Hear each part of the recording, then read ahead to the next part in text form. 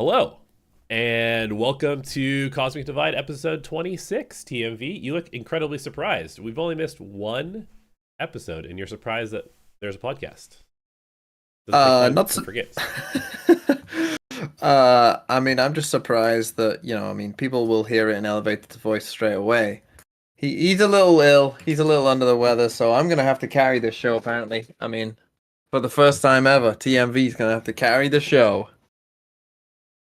Yeah, Do with that information what you will. listen, I appreciate you stepping up and taking that duty on your shoulders. It's a very tough job to just, spout nonsense about Valorant for a couple hours. Very tough. Tiring. But yeah, so I guess basically, we did miss last week's episode, which was it was like week 4/week 5 of the VCT. But this one, we're going to be not spending too much time on Split 1. We'll give a little bit of our thoughts on kind of like the final little bit of Split 1, but we're going to be mostly focusing on the playoffs for Shanghai, because that's really what matters. Playoffs. And one region. Come on, Pacific. Why you got to do it? Make it so I difficult. don't know what that is. Then again, actually, no. I want to. I recall that. I recall that statement because actually, don't know if you know, but from tomorrow onwards.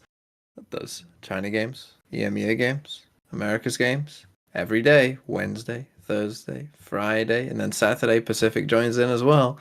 And if Pacific would have done theirs, I would have literally been streaming all fucking day. What, 5-6 days straight, literal 14 hours. So actually, thank you, Pacific, for kind of breaking it up at least a little bit to where I can chill. I can at least sleep in for one morning. Yeah, man. I don't know. I feel like next year they got to figure out a way to maybe stagger them a little bit more, where it's like 2 of the leagues are happening at a time, and then another 2 leagues are happening at another time, or something like that. Because I'm watching mostly VODs at this point because the time zones for China and Pacific are so bad for me. And if you're not in Europe, it's impossible to watch them all. I'm in probably the only time zone where it is somewhat doable. Yeah. So yeah, basically, we're gonna be talking about who's gonna qualify to Shanghai today. And I don't know, some of our takes might surprise you guys a little bit. We'll see. We'll go over the brackets a little bit. I know we started off the split with our sort of prediction challenge. We'll get to that a little bit later. It's not going particularly well for me at this point. I missed an entire week of EMEA because I forgot to do the predictions while I was down in America. So I might just be taking the L just purely based off of getting 06 from that. But it is what it is. And I think there was one topic that you want to talk about before we actually get into the split, because we've been talking a lot about the format as a community, and almost all of it's been negative. And I know that you have some specific thoughts. I put out a couple of thoughts on Twitter the other day. I know that the format has been a little bit confusing to follow sometimes, and it feels a little bit weird because the leagues have, or the groups in the leagues have different numbers, and it's like, this team's playing 5 games, this team's playing 6 games. How do we sort of rate them against each other? This group seems to have all the worst teams. This group seems to have all the better teams. And so yeah, there's definitely some issues, but I will say that the fact that we came down to the last week in Split 1, and basically every game mattered in every single region for the playoff picture, and that is a pretty big success in my book. So tell me your thoughts on that, TMV. Yeah, there is definitely some problems, and I do think I'm coming at this from, I'm a sports fan who watches a lot of sports, and so, if you are a sports fan, you're just more used to this kind of stuff of knowing what the tiebreaker is, knowing the situations for the teams, you just go through it every year with whatever sport you're following, you just get used to following stuff like that. But I can understand if you're not a sports fan, that this, could be a bit what do you mean? It's if G2 win 14 rounds, that I can understand that would be kind of weird if you were coming from a different angle. And they needed every one of those rounds. yeah, and it might be a bit foreign to you. So that I understand could be a bit of an issue, but it does create excitement, right? I think that's the main thing. Is it I'm pretty sure was Loud versus G2 the most watched America's game in Split 1? I'm pretty sure it was. I'm pretty sure I Let's saw see. a Reddit post about how it was the most watched game. Well, there you go. Because obviously Loud are a popular team, but G2 are like, a middle of the pack team in terms of probably their popularity. They're not up, it's not Sentinels, right? But all the Sen fans were watching because it was an important game for Sentinels, even though they weren't playing, right? And there was a lot on the line, there was a lot at stake, and that's what you want. That, like you said, like you want high stakes. That's what makes things interesting, right? Like when people keep arguing for, the really long seasons where everyone plays each other before a playoffs. Yeah, It's you're right. it's like Leo said on Plat Chat, like before the split started. Basically all you do is when you do that is elongate the part that people don't care about that much because there's no stakes, right? When it's week 5 and you've got a game that like, oh, it's between two mid-table teams, like who cares? Other than the diehards like us, like who cares, right? And I understand that our audience probably is also quite diehard, right? The people watching this podcast probably are also, pretty into Valorant esports and probably would be the people watching.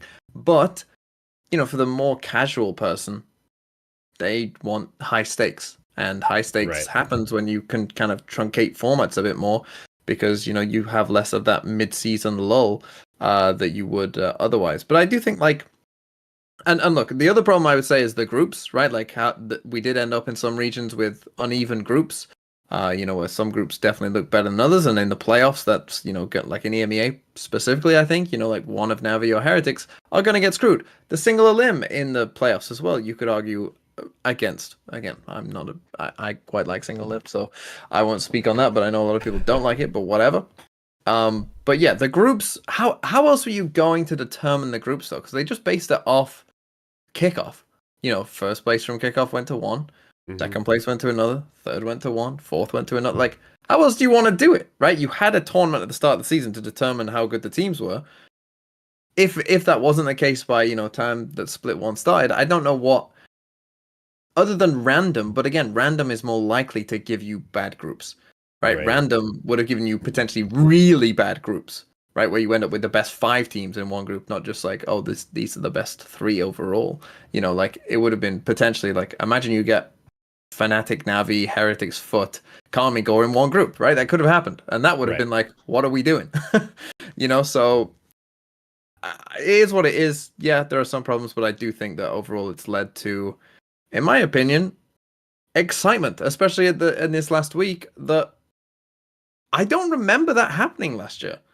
I don't really remember that being the case. And again, when you have a I longer think we split, definitely had multiple games in every region that didn't matter, like didn't need to be played at the end of last split. and obviously when you add in more games, that's more chance that like more teams are eliminated early, more teams are just in the playoffs, like 3 weeks before the end of the split, right? So it starts mattering less and less for these teams, the further you go into it.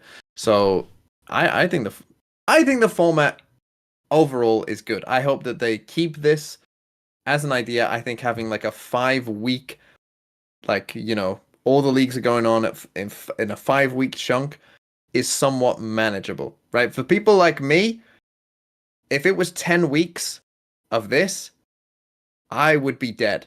You're finding a new career. Yep. Yeah, it's just like it gets tiring, when you start watching, and like you watch so much Valorant, it gets to like, you watch us, and especially with, I mean, the map pool is its own issue, but especially with this map pool, we did not need 10 weeks. Yeah, We for did sure. not need 10 weeks with this map pool. Anyway, so I also just one last point is I think it's kind of, it's actually not as hard to read as you think looking at like the groups. Okay, so yes, one of the groups might be a little bit more stacked than the other group, but then you just kind of have to evaluate each team versus that stacked group, right? So it's like, we saw Crew have like a very, very good record in Americas, but kind of a lot of those teams had reasonably good records. Like you just kind of have to weight stuff a little bit differently, right? Crew goes 5-1, but they're basically getting like 2 free wins against Fury and MIBR, so it's more so that they're like 3-1. Sentinels goes 3-3. That's more of like a 1-3 record kind of. You just kind of have to like basically change your perspective of how you're looking at this a little bit, and then that's kind of how you evaluate the teams. Whereas, you know, the teams in Omega Group in Americas, for example, you know, 100 Thieves going 3-2. Oh, 3-2 doesn't seem that much better than G2's 3-3 on the other side. But when you look at 100 Thieves went 3-2 against Crew, Sentinels, Energy, G2, Cloud9, it sounds a lot more impressive than it actually is, you know? Yeah, 100%. Shall we get into it? Shall we start? Yeah, let's go ahead and start with Pacific, since they're already kind of in the flow. We actually know the Shanghai teams. Yeah, the 3 teams. Do you want to start with like the quick word on the teams that didn't make the playoffs, and then we'll go from there? Yeah, let's final thoughts on like Split 1. Any things to take away? Maybe some prospects for Split 2, but then yeah, we'll get into the actual playoffs as well. Okay, let's quick word then on DFM. DFM, man, what an absolute bait from DFM. Just playing literally just turn up for 1 week and look really good, and then just fucking shit the bed again. What the hell happened, DFM? Who are you? It is really bizarre because they legitimately played good Valorant against T1. And and they weren't that bad in the first couple of weeks, and then it just they won a game and then literally peaced out. Yeah, I don't know. I mean, obviously T1 was not in great form early on in the season either, so maybe there was a little bit of help for DFM, I guess. But yeah, we'll get to T1. But also I should just quickly mention, just before we go too far deep in, this is one thing that you might complain about with the schedule, is that, for those of you who don't know, your results in Split 1 matter for Split 2. Right? So DFM are starting Split 2 at 1 and 4. And you have to finish in the top 6 to make playoffs of Split 2, and they are starting 1 and 4. Right? So I don't know how I like that. I think that's kind of shit, to be honest. I don't That's like the one part that I think you definitely could argue against, is that, yeah, for teams like Furia, MIBR, who are 0 and 5, unlucky, I guess. Especially if you make like a nice roster move, like you make a couple upgrades, like you spend a bunch of money. Okay, yeah, let's go for Split 2. And it's like you're saddling this new team that might be an upgrade with like your previous shit team's results, which is kind of bizarre to me. I don't like that at all. That's tough. You could argue the other point, and I'm sure some people would, have just like, well, don't be shit in Split 1, which is an argument you can make as well. But yeah, I do think that is going to be a bit of a downer for some of these teams for sure. Zeta Division, you love Zeta Division. I just think that they epitome of mid. Do you have any thoughts about Zeta Division quickly? I mean, I guess my only hope for Split 2 is that they, like, this first split was just sort of an anomaly of them getting used to having a coach who like doesn't speak Japanese, and they just need more time to like get vibing with their coaching staff, because I feel like this team has too much talent to be this bad at the game, and a lot of it seemed to stem from their plans being really poor. So I don't know if there's just like something being lost in translation or what, but yeah, they were quite bad in Split number 1, and their players are good, so I don't know what the deal is. Okay, RRQ, I'll go on them. RRQ are probably the team with the most hope. I mean, they have the best record of the teams that didn't make the playoffs. And obviously beating Gen.G in the last week, I think, you know, they're going to be feeling pretty decent. I mean, again, like your Split 1 results matter. They're 3 and 2 going into Split 2, so they definitely have some chance of doing some damage. I think they are a little inconsistent, and I think that's shown with kind of their record and how they kind of played week to week. You know, they could be a bit inconsistent there, but I think overall positive about RRQ. They did make a roster move already, though. They did make a roster move. Who I think was a caller for them initially. Yes, but then apparently they're bringing in our boy, or rumors are swirling that it's to bring in our boy Monyeet. Which, look, Monyeet, if he's playing Monyeet, yeah, they're in trouble. But if he's Monye, could be very good. Could be very good. He doesn't call, but he does shoot well. So yes, could be very good. And then the other group, Global. Any quick thoughts on Global? I'm actually fairly positive on Global after Split number 1. I know they finished 2 and 4, but I thought that they showed like marked improvement every single week, and I think that they kind of play their own style of Valorant, but it's not like really bad. It's just like a little bit different kind of view on how to play the rounds out, and I thought it was pretty good. Obviously, their wins weren't over great teams, but I thought they looked relatively competitive in some of the games against the harder teams that they lost. So, unfortunately, they're starting at 2-4 because otherwise I would maybe pick them to make the playoffs in split 2. Okay. So, okay. And then Bleed. Look, Bleed. Everyone knows about Bleed. They won a game. Good for you, Bleed. yeah. What will happen in split 2? I have absolutely no idea. Will they have the same roster? Who knows? It's impossible to tell. Yes, could be interesting with Bleed. But now let's get to these playoffs. And as you say, in Pacific, the playoffs, well, they mostly already happened. We only have 2 games left of the Pacific playoffs. Let's start with the teams, I guess, that got eliminated in the single elim part of it. The first one here was a surprise. Team Secret lost to T1. Now, most people, I think, thought, T1 are kind of a bit of a dead man walking. They're kind of like the zombie T1. And Team Secret were coming off like a relatively high. And then, of course, Team Secret let everyone down. And particularly in the second map here, Sunset, Team Secret were up big. It was a 9-3 first half on Sunset in the first half. And then they got to 11-7 or something like that, and then they lost 13-11. It was a big letdown here for Team Secret at the end of this game.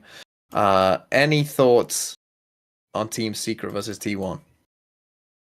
Yeah, I mean, I picked Secret to win just because I was pretty unimpressed with T1 over the course of the regular season, and I thought Team Secret have always been kind of this team. It's like they're sort of like maybe 4th place in Pacific, but also sometimes play like they're like a 7th or 8th place team, and they're a little bit inconsistent. And they balance out at 6th. Yeah, exactly. And I feel like that's kind of what happened here. To me, Team Secret seems like a team that is like very matchup based. Like there's certain teams where the style that they play and the way that they play the game is like better than others. Like, for example, Paper X, I think they just like know how to handle Paper X's style really well, and they just match up correctly against them.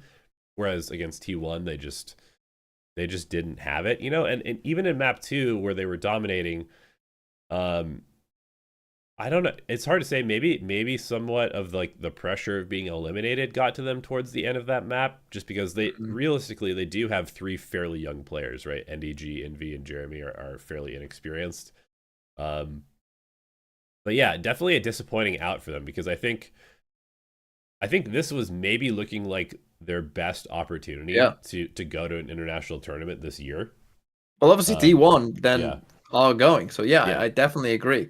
This is a big missed opportunity for Team Secret, because if they win that game that, again, most people thought that they would be favored for, the way Gen G played against T1, Team Secret could have beat Gen G on that day. Like 100% in my opinion. And the other one is Paper X versus Talon. Now, poor Talon. Unlucky. Suffered the first 13-0 in this year's VCT. The second ever since the partnership system came in. And yeah, tough. That was a tough draw for Talon, who I will say got 13-0'd. They then came back on Bind and beat Paper X, and I thought you saw on Bind that they clearly had a very good idea of what Paper X were going to do. They knew how to exploit what Paper X were going to do on Bind, and they did exploit what Paper X were doing. And I was really impressed with their Bind. And then we got to Sunset, and Sunset ended 13-9. It's a fraudulent 13-9. It was a bit of a fake comeback here from Talon, really. Right, it was 10-2 in the first It was half, 10-2 at the half. Like, Paper X were in control. It was just a matter of time of when they would win it, really. And eventually they did. And yeah, I feel a bit bad for Talon, because again, I think with the way they played, if you put them against an easier team, they could have won that game. Right, they could have won that game, and I know that's weird saying considering they lost 13-0, and they did play bad on Lotus. Like, they played bad. It's not just Paper X good. Like, to lose 13-0, it can't be good. Yeah. And yeah, that was tough. That was tough for Talon there. But Paper X, should we talk about them? Yeah, I have like one final thought on Talon. You go. I mean, so obviously we saw, Frost, their coach, kind of complaining about this a little bit on Twitter. I mean, maybe deservedly so. Like, they go 4-1 and they end up having to play against Paper X in the first round. The same record as Paper X, they end up playing Paper X in the first round. Like, that's fairly unlucky. Yeah, stuff. They're not in a bad spot for Split 2. I feel like Split 2, they're in a great spot. I mean, yeah, starting at 4-1 record, they definitely showed some good improvement in Split number 1. They're a very volatile team, I will say. Like, some maps they're insane, other maps they're all over the place. I kind of hope that they stop going with the 6-man rotation and they just make Surf a full-time player, because he's really good and he has like massive impact when he's in the server.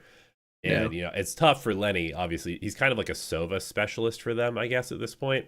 Yeah. But man, Surf is so impactful when they play him, and I feel like they're just kind of making a mistake every time they take him out of the roster. So, I think prospects are looking good for Split 2. We'll see what they can come up with in like the month and a half, 2 months that they have off now. I don't know exactly how long the timeline is between now and Split 2. Probably like a month or so. Yeah. But yeah, I expect them to probably make champs. Or at least really interesting. I expect them. No, they definitely could. They definitely could. They'll at least make playoffs of Split 2. Is I guess where I'm at. Oh yeah, playoffs should be minimum expectation. I mean, they could make champs. I wouldn't be shocked if they did, honestly. Because I think their arrow is pointing in a pretty good direction. Let's talk about Paper X last, I think. Okay. Let's talk about the other teams first. Let's talk about Gen G, DRX, and T1. Because here's the thing. I don't know if you saw, but on the Plat Chat happened yesterday, and there was some feedback that I saw from people saying that the people on Plat Chat were too negative about the teams in Pacific. And, they were just railing against these teams in Pacific. And I got to be honest with these people sometimes. Open your fucking eyes. Open your eyes. Because here's the thing. T1 aren't that good. And we saw that when they played Paper Rex. Paper Rex are a great team. But T1 barely put up a fight because T1 aren't that good. And when Gen G played T1, Gen G were not that good. And DRX, when they played in their games against Paper X and Gen G, they weren't that good. I'm just going to be real with you. All of the other teams, apart from Paper X, for the most part, obviously, DRX did win a map against Paper X. Yes. On Acend, DRX played fairly well. But for the most part, from what I saw from the other teams, I didn't think was great. And my Pacific stocks went down. Because DRX, to me, played a lot better in the regular season than they did in the playoffs. Gen G, even though they made it and beat DRX, weren't playing like they were at Madrid, weren't playing like they were at kickoff. They were worse than themselves at kickoff, in my opinion. And that's not good. That means that your level probably isn't that good, right? And I think that Paper Rex, it's the first time, I think, all season of any team that I have seen that I think you can compare to a top champs team from last year. This was the first time across multiple games that I think a team has played at that level. And Paper X won a 13-0. And they were stomping teams.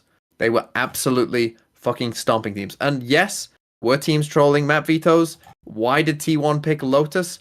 I could not fucking tell you. It doesn't make any sense. They are obviously giga trolling after Paper X 13-0'd a team and then played DRX, stomped them as well on Lotus. Why the fuck are you picking Lotus? Unbelievable trolling from Autumn there. Or whoever did the map veto for them. Unbelievable levels of trolling. Absolute giga trolling.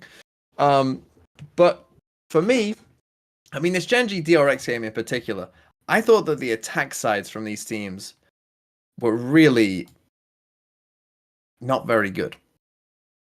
I thought that their attack sides, the attack sides don't look that bad because there was a lot of attacking pistols won in this game, so the numbers don't look so bad. because they were, and there was a lot of bonus round wins in this game as well. So that especially makes it look not that bad.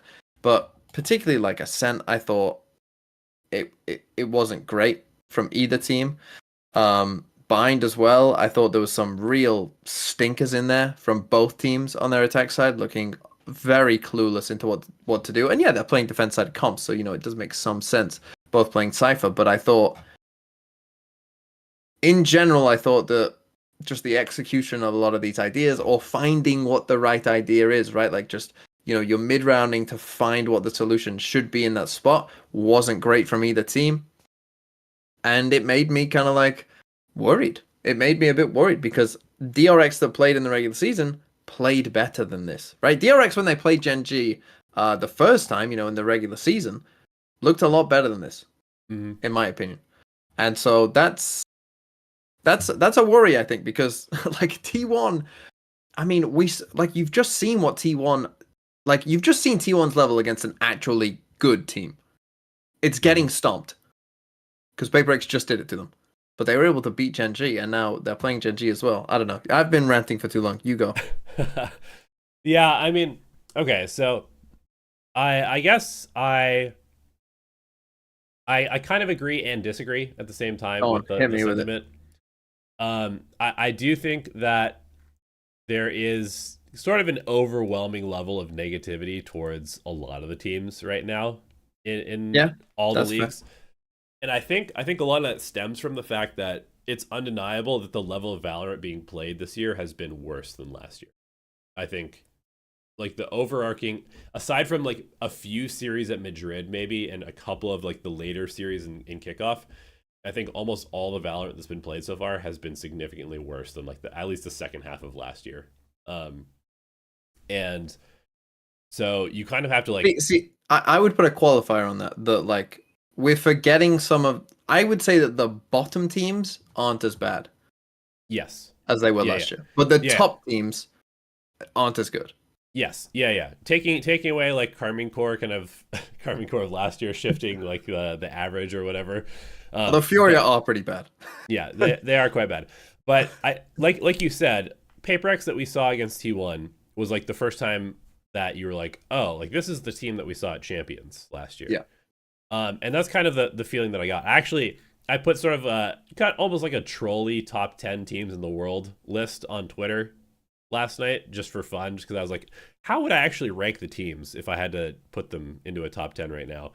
Yeah.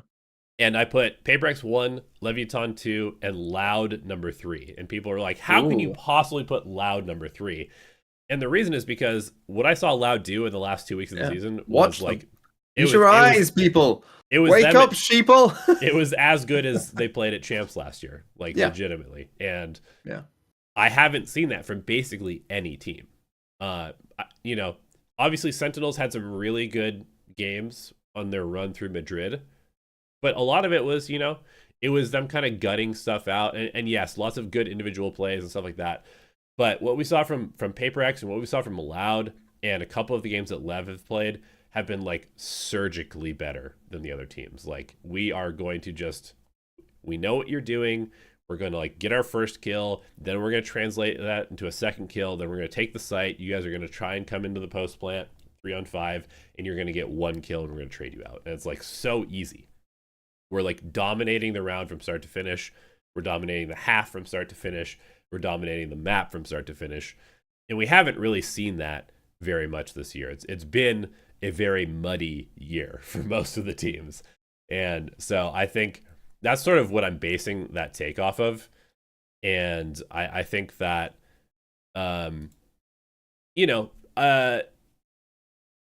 there is definitely a bit of maybe concern warranted for some of the teams like Gen G. Like, are they really going to be able to maintain the form that they had in Madrid? Because for me, they were kind of a team that was getting by primarily off of firepower. I know a lot of people like to conflate winning rounds to like, oh, their protocols are so sick. They're, whatever buzzword, oh, it's so good. But most of Gen G's rounds were just like, they're just shooting people way better than the other teams right now. And sometimes that gets conflated into being like, their strats are good, their mid rounds are good. It's like, no, they're just winning duels, which are giving them opportunities a lot of the time. So I don't know. I'm not super down on Gen G. I'm honestly not that surprised that DRX bombed out. I did pick DRX to go through, but after watching them play against Paper X and DRX and Gen G, I was like, I mean, I get it. It's like, this is a DRX team that has two people that haven't really played in these situations before. They don't really know how to deal with Paper X. Yes, you do have Mako Stacks and Buzz who've been there and done that before, but they've also been dominated by Paper X and teams with better firepower for the last couple of years. So I guess I'm not really that surprised that they bombed out. I think they're still a pretty good team, but obviously not good enough to go to the tournament. Although I will say, I think if you put DRX and T1 in a game against each other instead of T1 and Gen G, I think DRX wins that and T1 doesn't go. So yeah, are we sending our best from Pacific to Shanghai? I think that's a little bit debatable. I do think that Paper X looks like the best team in the league right now. Potentially the best team in the world as far as their overall form. But that's the thing to me, like the gap between Paper Rex now and the other teams, like that other top three, like the way that they're playing, I think it's monumental, that gap right now. Like it is a massive, massive gap. And I think maybe I am being a little harsh as well, because I think it's Paper X playing at that level was almost like a reminder of like, oh shit, look at how much better they are than this team. Like in my mind, I'm going like, oh, well, they're playing at like their champs level last year. Like, oh shit, they're making these guys look absolutely dog shit. And just quickly on DRX though, like to me, it was more the experienced players underperforming though, right? Mm-hmm. Like Stacks against Paper X is -22, Buzz is -11 playing Duelist. Against Gen G, Mako had the worst game that I think he's literally ever had.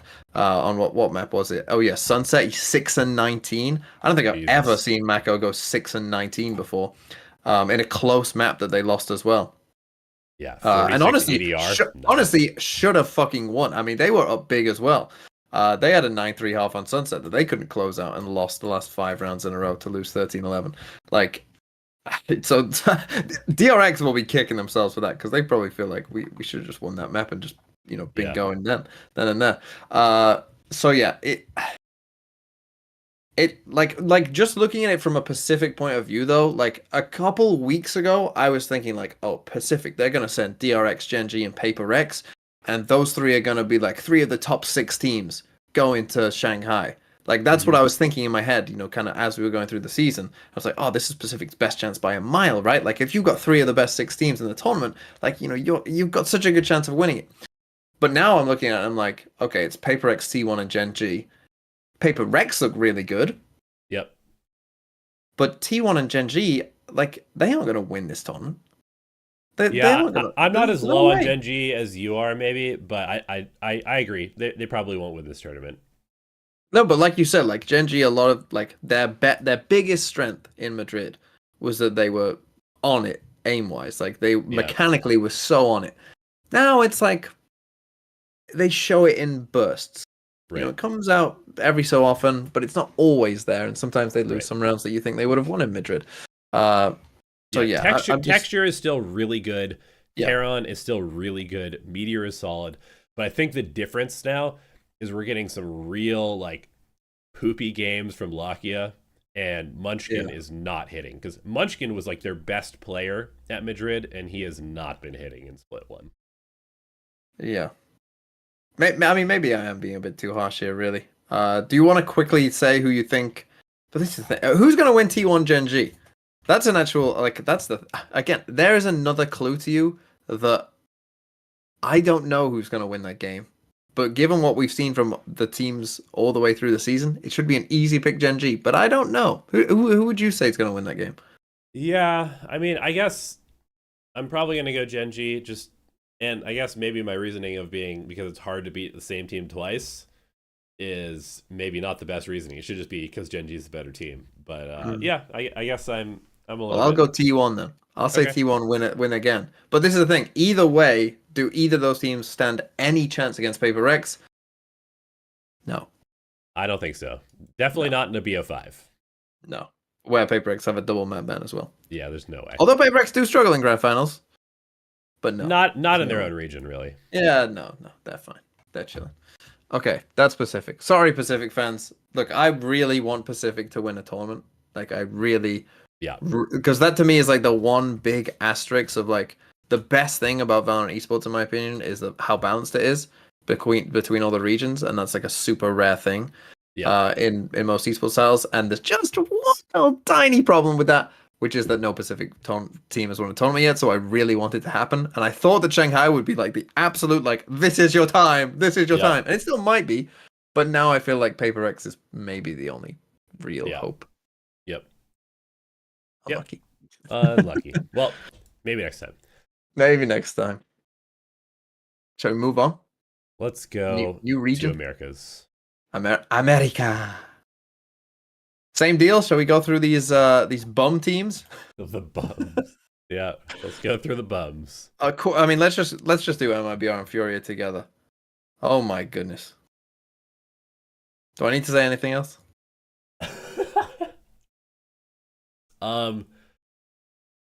Roster moves for Furia mandatory.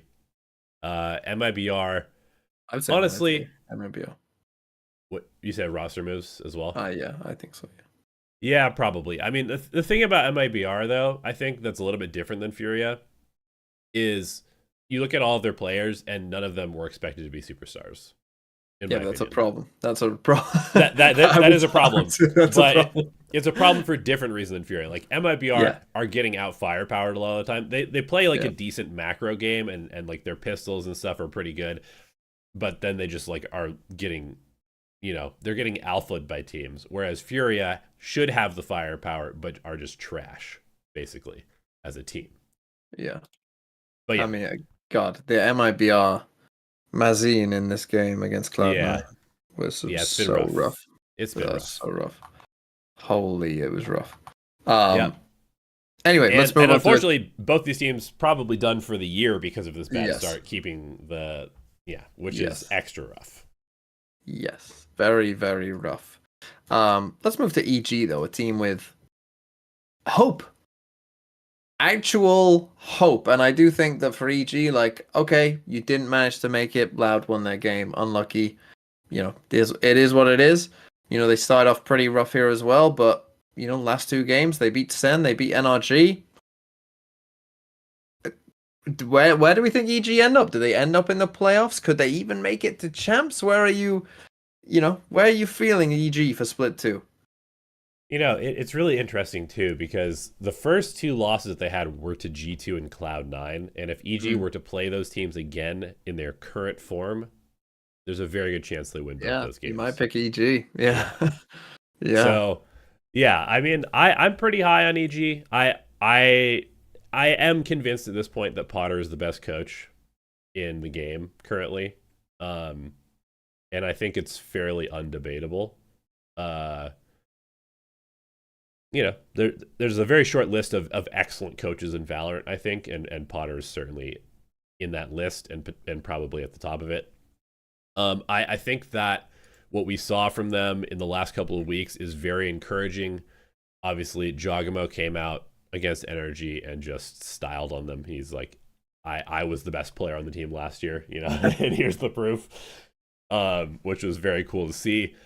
And I think the development that we saw out of people like Apoth, who in the first couple of weeks was straight up just throwing the game for his team. He was constantly dying first on his lurks. He was like out of position all the time, but was getting massive value in the last couple of weeks in the same types of positions with just better decision making. We're starting to see a bit more consistency out of Derek. I mean, this team definitely has potential. It's hard for me to say that they will make champs just because I think all the other teams are probably going to get better as well. I still have some questions about the overall like firepower level of this team. Yeah. It's going to be tough for them to catch up to teams like 100 Thieves and Loud and Sentinels, who are going to be better in Split 2. But it's definitely possible. They're just starting from a bit of a deficit, unfortunately. But yeah, I mean, overall, I'm pretty positive on this team. I don't think they need to make any big sweeping changes. They just need to keep working together. And I'm sure as they get more coordinated and spend more time together, they'll just get more confident and they'll play like it. Yeah, feeling pretty good. And now we come to the other group of the teams that missed out. Let's talk about Sentinels first. So Sen, they miss out by 2 rounds in the end. In a very unfortunate twist of fate for them. Look, a lot has been said about, do Sen even want to make playoffs? Do they even want to make, Shanghai? I mean, look, if I was a player or coach on Sentinels, I know that they're probably a bit tired, but I would want to try and make it. Yeah, I'd like to at least have the chance to see if we could. yeah, What if we did? What if we did just happen to magically win again and got good? Went on a heater during Shanghai. Like that right. would be cool. But they won't get that chance. And I think most people are probably of the mind that, hey, this break now, the meta is probably going to be changing. There's a new map coming for the next split as well. Like, so the time off will be good for them. They can just literally just chill now, for a couple weeks, not play the game, come back refreshed, anew, ready for champs. Are you in that camp that Sen will come back into split 2 and be, maybe the best team in Americas again? Um, Maybe the best team in Americas. I think that's going to be tough. I think the competition for the top spot is going to be really hard. I do think they will be significantly better than they were in Split 1 and Split 2. And I do think that this team has the potential to be the best team in Americas. Um, yeah, I mean, I don't know. I haven't really seen this team have to do a ton of adapting in the Mm. past. And I wouldn't say that any of these players are particularly known for being that good at adapting. I mean, there's, we know what the splits look like for Saucy playing anything other than Sova still at this point. Like, yeah, his Gecko's been better, his Fade's been okay, but put him on Sova, he looks like a championship level player, and then the rest of his agent pool is like, Tens plays one agent. Zekin has massive splits between his Raze and his Jet. Yeah, it'll be interesting, and we get what'll be really interesting is when you have a player like John Cutie who has been really massively impactful in the fragging department, and both of his agents are getting nerfed. Right? Mm. He's been the Cypher Viper. He's played Viper, right? Am I getting that Yeah, wrong? I'm pretty sure he has a bit. Yeah, Yeah, I mean, he's it's played mostly Cypher though. mostly Cypher Viper. So both of his agents are getting nerfed. So what do we get out of him in Split 2 will be interesting. Because he's been probably, he might even be the best player on the team in Split 1, honestly, in terms of his consistent output. So yeah, I am curious to see what they can do with time off. And, for their sake, I hope that they do come back stronger, as the saying goes. Because everybody, that's been the narrative. These guys need a break. These guys need a break. These guys need a break. So if they get a break and they come back and they don't look that good, then Yeah, we need a new narrative. yeah, then we're in You're trouble. gonna need a new narrative for that one. Yeah, Yeah. Then the narrative, by the way, will become that Sen are just an org that wins the first tournament every 3 years, and then they yeah, go into complete hibernation. And yeah, then every 3 years they'll win the first Masters and then just sleep. yeah. And they just ride that high. They use Yeah. social media just ride the high for the next Yeah. 3 years. Remember, Yep. hey guys, still remember Reykjavik? Okay, and then NRG. Now we in that conversation, I think we felt pretty positive about Sentinels. I don't think we're gonna be as positive about NRG because most people seem to think that Sen's problem is they just need a break. NRG's problem, I think, definitely need more. In fact, they might need the opposite of a break. uh, they might need to get on the grindstone because their problems go pretty deep, I would say. And it's kind of like a cascading thing, right? Like it started with just their mid round. Like if they can't just aim diff the team they're playing, like their mid rounding clearly is like really struggling, and that's going to take a while to figure out because that's not something that's just easy to, sort of do. And then I think as the split went on, I think in the last game particularly, you saw against EG, like to me, just like massive confidence problems as well. Yeah. Right, like just people, even if they were doing like, better ideas. Oh, sorry, it was against 100 Thieves, not EG. Even if they were doing like an idea that maybe wasn't like as bad, there was still like clear like problems of like timing, or just like a really rash decision, or a scared decision in some instances. Even Chet said it in the, I think after the first map they played 100 Thieves on the defense side, that they were just way too passive. That they just, with a comp that like you can't afford to be passive with, they were super scared, and just playing like super passive, and lost because of it essentially. And I think that's like, that should have been NRG's strength, right? NRG's strength should have been that, like, coming into the year, that they're gonna be super confident. They got 5 really good players. They're gonna feel like they're gonna win no matter what. And instead, it's ended up completely the opposite way, where now, and even when I don't know if you've seen any of these interviews with the players and whatever as well, like, you can almost like tell, like, these players, a lot of these players, maybe other than Ethan, I don't think they've been in this situation before, right? Of like, we're Having losing. a bad start, yeah. Yeah, we're like losing, and we're like bad. Like, for Crashies and Victor, I guess Marv maybe had it a bit on Sen, but that was a bit like maybe But he was like the understandable. stand-in, yeah. Yeah. And for Demon 1, since he's been playing, like, in tier 1 at least, like, he's only won basically. It must be a weird feeling for them of being this hyped up, and now it's like, we're bad. How, like, I can understand that would just be a culture shock for them, and that they don't know how to fix it, right? That they're just kind of a lost lamb. And what, like, this is going to be my question to you. If you were NRG, what would you do? How, like, you want to make champs? What's your plan to make champs? Yeah, it's sorry. It's kind of an interesting choking thing. up. Because I think that I'm just gonna speak from a completely like speculative position, but as somebody who has been in like the NA scrims a lot, I've seen hundreds and hundreds of scrims. I've scrimmed tier 1 teams, like I know what it's like. And this narrative, and you hear this from Energy a lot, but you also hear this from other players in NA particularly, which is that we were unable to translate how we play in scrims to officials. And I think that line kind of goes over people's heads a lot just because they haven't been in scrims. They don't really know what that means. So I just kind of wanted to give a little bit of perspective on this, because what a scrim is, generally speaking, is everybody in the scrim plays with about 30 to 40% more aggression than they do in an official game, and with like 70 to 80% worse decision making. Like, it's a very big gap. And so what that means is that people are much more likely to peek you.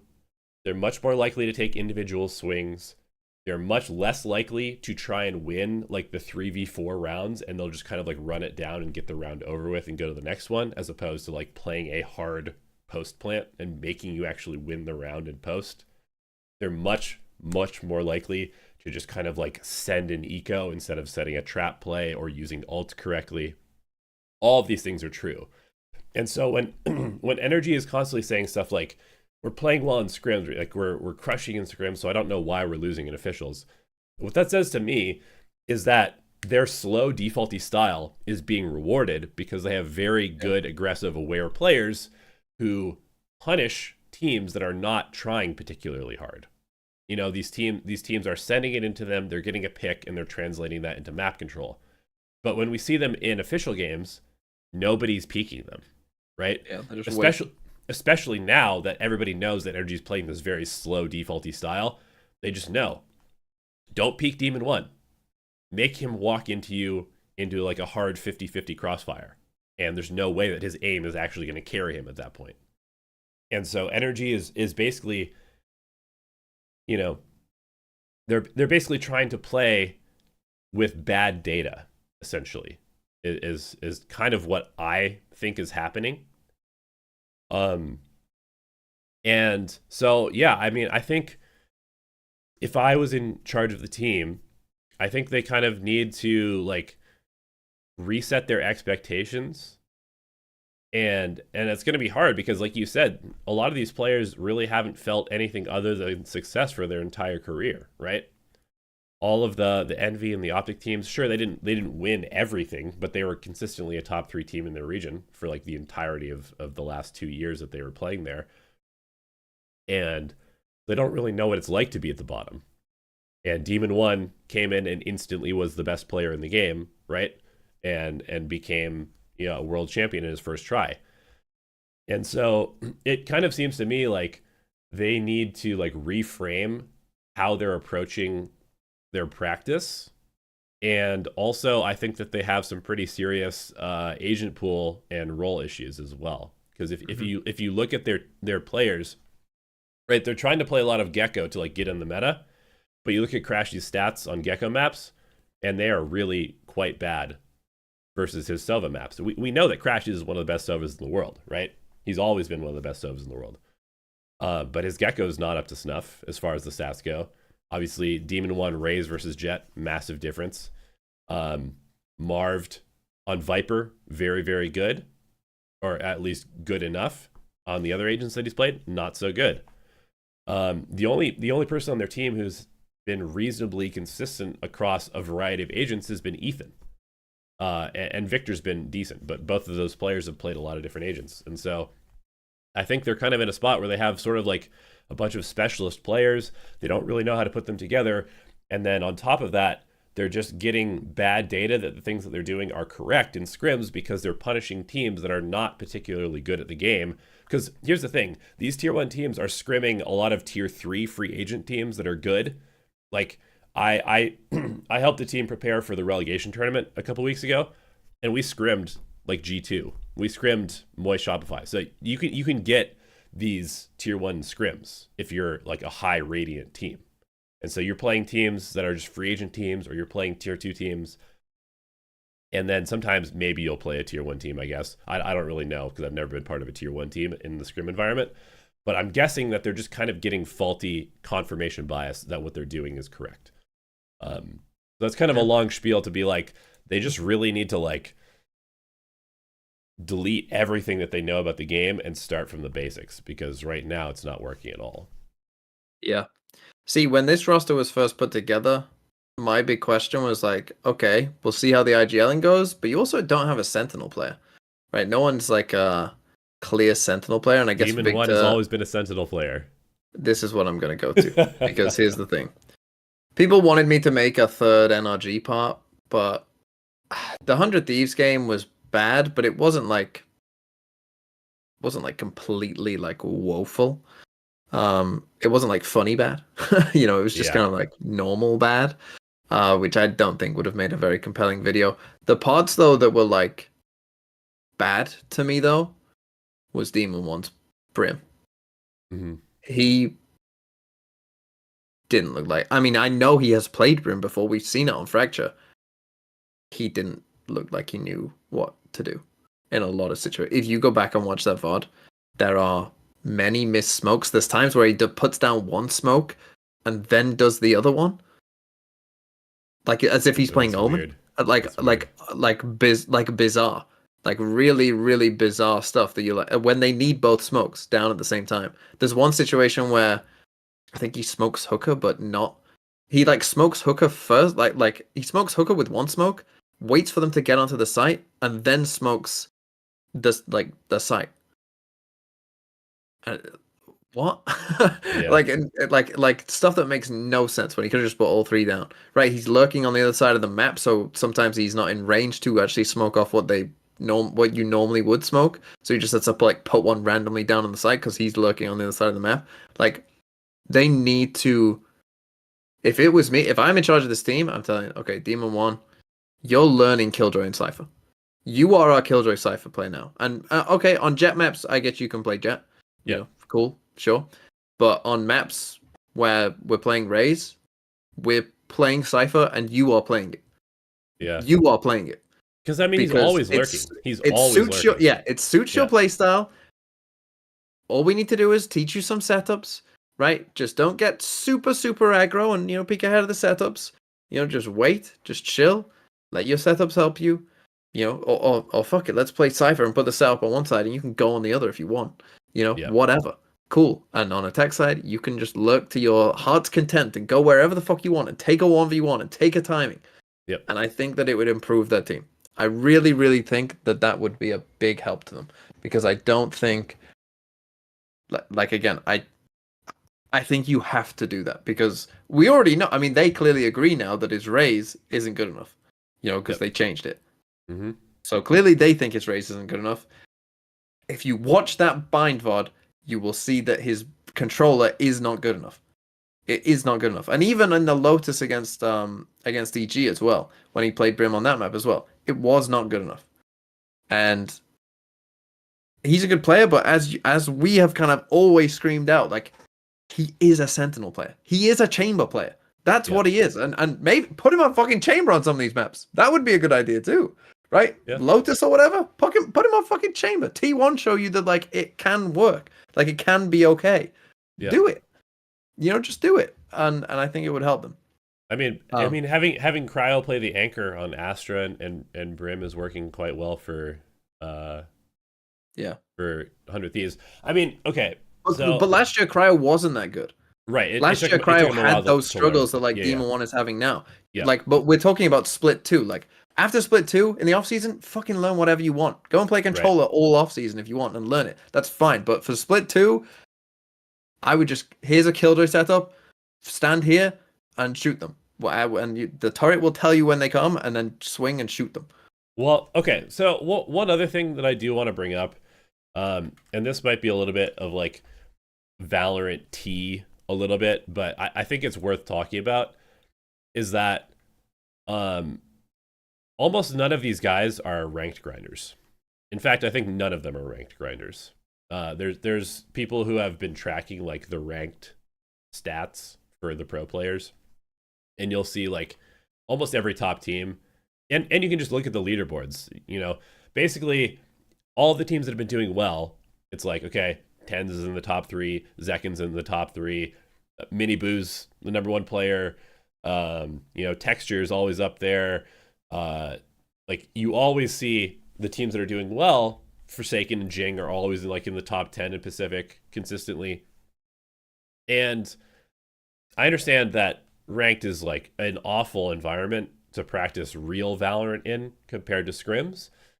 But because this game has so many like moving factors of all of the agents and how they interact with the maps, you actually have to grind the game, because otherwise you won't see a lot of the things that happen, right? Especially in a pro environment where a lot of teams are just playing the same comps, right? And so if you're not used to playing, let's say, even if you're playing Jet, right? Like I think there's a reason that people are really comfortable on Jet, like no matter what in every meta. It's because they played it consistently every game on every map for like 2.5 years, and they saw, they played against a breach specialist on every map. They played against a Cypher specialist on every map, because there's always, in ranked, you get like these people who one trick an agent and are insanely good at that agent, would never make it into the pros, but on that one agent, they teach you stuff like you can't play here against this character, or you can't dodge this utility if you play in this way against this character, or this guy counters you in this particular way if you play this character. And so if you're not grinding ranked, you never get exposed to these things, and it never makes you evolve as a player, and you become very stagnant. And I think that you have to grind ranked in this game is the thing. And I mean, I don't mean to just single out Demon 1. So I haven't looked at the other energy players, but Demon 1's main account is Ascendant 3 right now, because he just doesn't play the game. He like doesn't play ranked. And so unless he's playing on an alt all the time, which I don't think he is, and all the other energy players, you can look at the top like 100 players, none of the energy players are there. Like obviously they're good enough players to be in the top 100. I'm not saying you have to be top 100 all the time, but it shouldn't be that hard to at least get Immortal 3 every act, to make Radiant every act. And you probably should be playing enough to get to that point as a pro player, because otherwise you're going to fall off. And I think that's kind of what we're seeing with these guys. Yeah, I think that's our NRG spiel. I think that's enough on NRG. Shall we move on to the teams who did make it? Oh yeah, we're supposed to talk about the actual playoff bracket. I forgot. Yeah, yeah. We can be more positive about these teams. This one is a tough one though. Some of these let's do the pick'em kind of as we talk about these teams. So the first game is Cloud9 versus G2. And this is an interesting one. Cloud9, I've called them the team that refuses to win any map cleanly. Even when, like, against MIBR, they're clearly the better team. They were clearly playing better than MIBR for very much all of that match. And yet still it ends up close because Cloud9 refused to win a map cleanly. They're just messy boys. Yeah. And then you've got G2, who I don't know what to think about G2 because they have moments, and I would say they have maps where it's like, oh, that looks good. That looks really good. And then, I mean, obviously the most recent performance against Loud, but even, kind of going back into some of their maps as well, there's just times and moments where you're like, is, Right. how good are you, G2? I don't know. They're almost like the America's team secret in a way, right? Where they just kind of balance out as like an average team because sometimes they're good, sometimes not so good. But tell me your thoughts on Cloud9 G2. It's another one of those situations where I kind of wish we had cross group pairings. Yeah. Yeah. Because I feel a little bit bad that we're losing one of Loud or 100 Thieves at this point. I agree with you. I'd probably pick 100 Thieves or Loud against either of those two. Yeah. I think. Yeah. So that being said, I mean, I'm not super down on either one of these teams. I just don't necessarily think that they're in the top 4 in Americas, personally. Yeah. I think it's pretty easy to hate on Cloud9 just because they have like this aura of being a team that's like, man, what are these guys doing? Like, surely they're gonna fall off, right? Like, there's no way they can maintain this level of performance. But I mean, they've struck gold with Oxy. Like, this kid is that good. Yes, he's really that good, and he's just going to continue to get better because he's getting more experience and he's learning, more discipline, and he's figuring out like how far he can push stuff. He's really, really, really good. And the supporting staff around him is solid. Like, Rooney's having a good comeback season as well. Honestly, everybody on this team is like doing their job pretty well. And I think maybe simply because of that, I would probably pick them over G2 because I think that G2 are still a team that's like, it's like the guard plus 1 or 2 players. They haven't become a full team yet. Like when they were the guard plus Tex, like they played long enough to become like a full team. But then at kickoff, it was like the guard plus a player, right? Which was Leaf.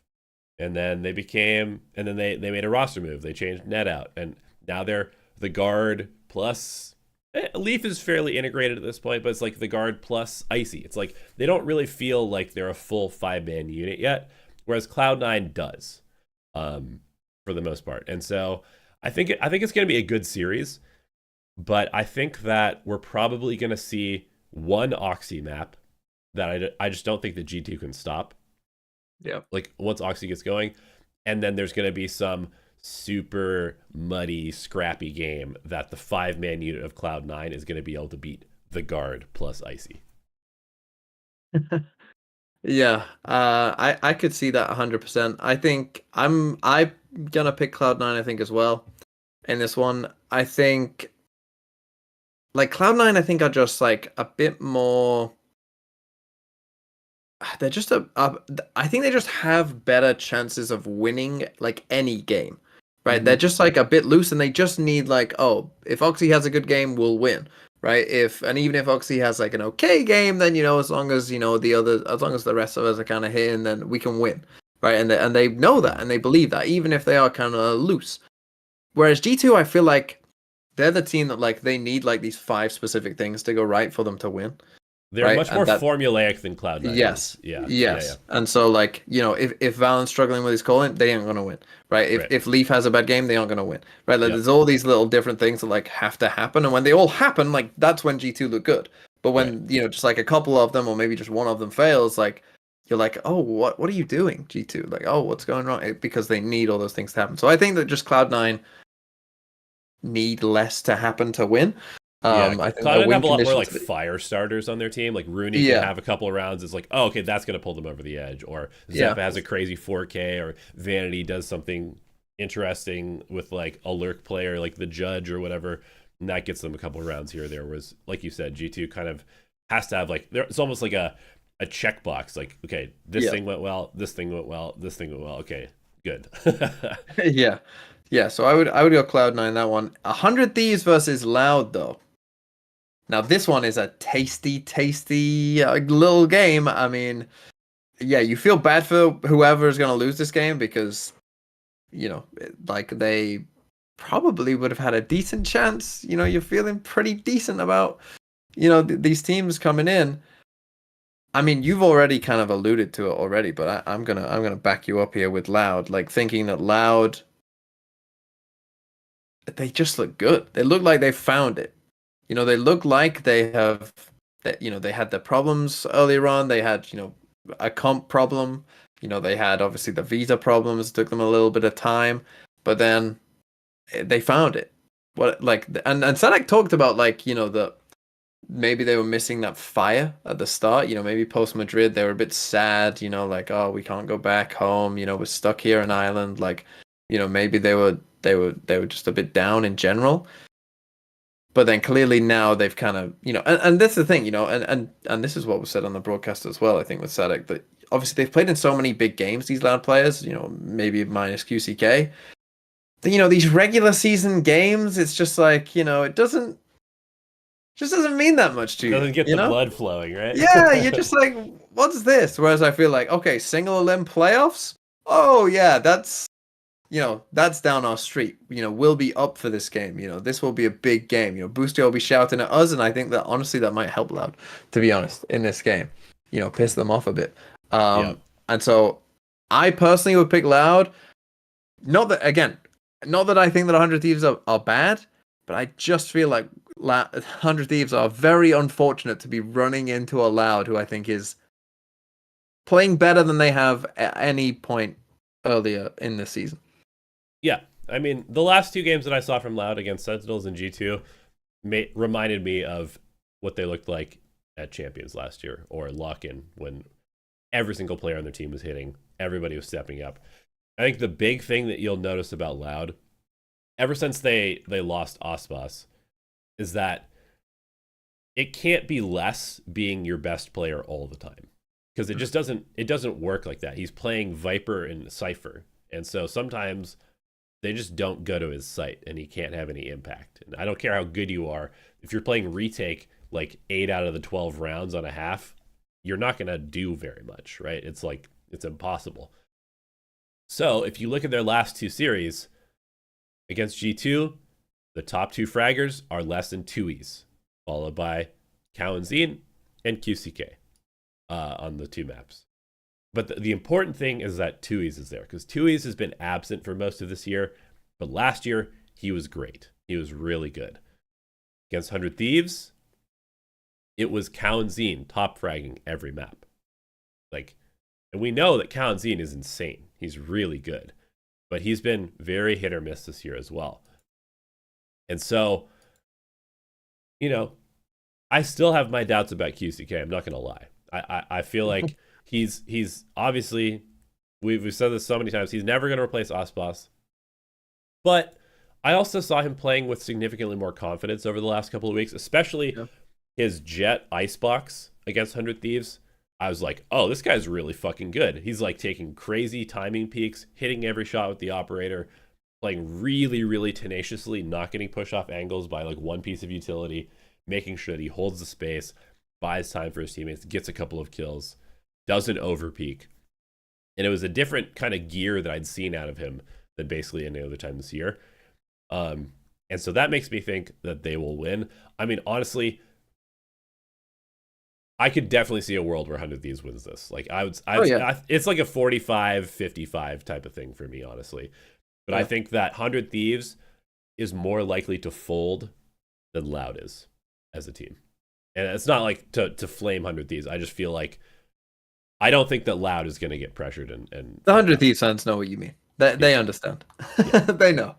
Um, yeah, I wouldn't be shocked if 100 Thieves, yeah, if they won that game. I think if they come out with some really good plans, um, then yeah, they like if 100 Thieves are playing well, then they can absolutely win this game. It's if 100 Thieves just play like an okay game, which I feel like, is that obviously if they play a bad game, yeah, they're gonna lose. But even if both teams just play like, decent, I think that Loud would just have, they kind of know how to be like to get this game. And I think it'll be an interesting dichotomy of like if 100 Thieves go down early, you might end up with kind of like that situation of like where earlier on in the season where like Boostio knows he can do it and Yeah. Boostio believes, but the others might.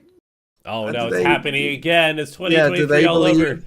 Yeah. Yeah, I could see that happening, particularly if like Loud, dominate the first map or something like that. That could happen. Okay, so we're both picking Loud and we're both picking Cloud9. What could go wrong? Um, Yeah, so I we would mean, then honestly, get. we're so confident Loud, they're probably going to come out and play like they did in like week 2. Yeah, they're It's gonna going go to be like back to Phoenix, and yeah. it's gonna be like, oh my god. Yeah. Yeah. So then we would have. I mean, obviously these are just hypothetical games at this point, so we don't need to talk about it too much. But let's just talk about Crew against either Cloud9 or G2. Right? We're saying it's gonna be Cloud9, but it could be G2. But talk to me about Crew then, because I feel like it was like, oh, week 1, like, oh, Crew won, good for them. Week 2, oh, Crew won again. Huh. Okay. Week 3, wait, Crew won again? Yep. Are Crew good? Like, and then like Yeah. week 4, week 5, it's like, oh, Crew are actually good. Like, I feel like as a society we went on this journey with Crew of like slowly realizing like, oh, you're actually good. Like it wasn't just all like flukes at the beginning of the season. Like, good for you, Crew. But is that enough? Are they still good enough to be able to beat Cloud9 on G2? Thoughts? I think so.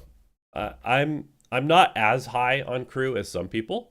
I don't think they're like, oh, they're like the second best team in Americas. I actually don't think that, even though the record would Okay. say that they are. But I think they're good. I think that they will make Shanghai. I think they will make Shanghai probably like 60% chance. 65, 70% chance? 70. Well, we'll call it like 65% chance they make Shanghai. 85, 90, 100%. I think there's a pretty good chance they make Shanghai. Yeah. And of course there is. Like once you get that bye, like 3 of Yeah. the 4 teams of the last 4 will go. So yeah.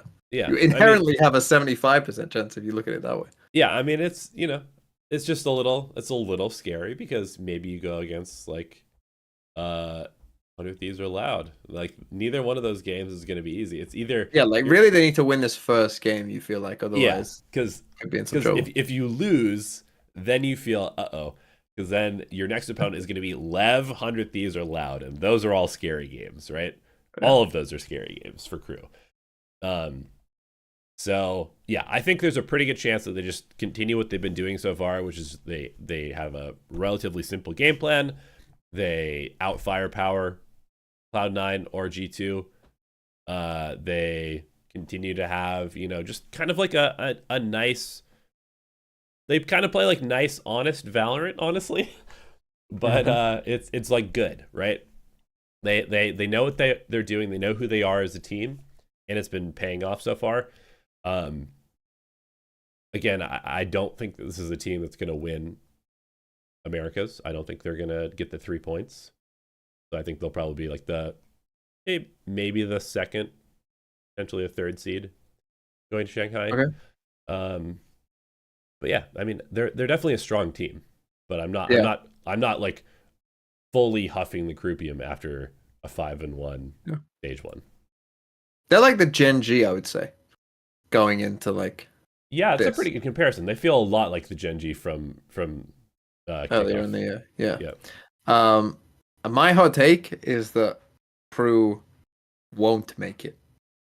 That's gonna be Okay. my America's hot take, I think. is not for any particular reason, but again, I've got Cloud9 winning, and then I'm just I could going see into that. Cloud9 beating them. Yeah.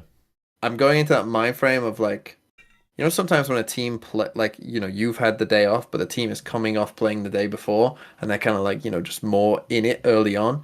Yep. I think that I just have this like feeling that Cloud9, the map one, like Cloud9 are just firing, they're just hitting. Crew maybe taking a bit of time to warm up, and then like Crew like don't know how to deal with like, oh wait, we're losing in this really important game. Like, what do we do? And they kind of struggle from there. Yeah. That's I my can see that thought. happening. Not that I think it's super super likely, but there is definitely a chance. I think like if Oxy has an Oxy map, which I feel like he might need to. Like if Oxy doesn't have a good game against Crew, I think Cloud9, like if they do make it, would struggle big time. Yeah. But like if I'm Crew, I want G2. Yeah, I'm gonna be honest. I think that they have a much better chance of beating G2 than Cloud9. Yeah, if I'm Crew, I definitely want G2. Because then I feel like they can just play their game and just be fine, right? But the problem is, if you do come up against a hitting Cloud9, then it becomes like a bit more tough. But let's move on to the other team then, Leviathan.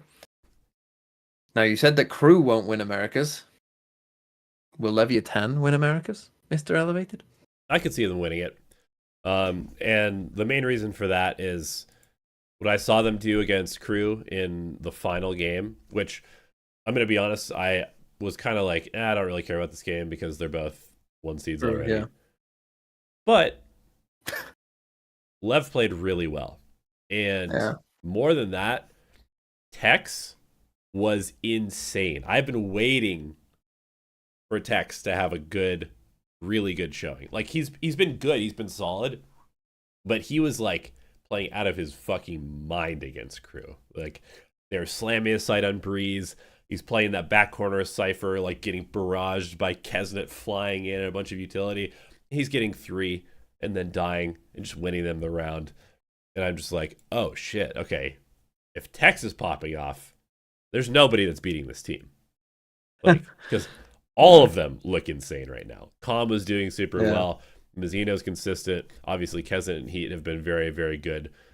And then if Tex is also hitting, and I think you mixed up your LATAM teams there. You said Kesnet and Heat. I assume you mean Aspas and King. Aspas and King. Yeah. Obviously, Aspas and King are going to be hitting all the time. But, man, like, it sounds like I'm a little bit of a Tex hater, but he was always just kind of like, how is he going to fit into this team? It's like a different kind of level for him.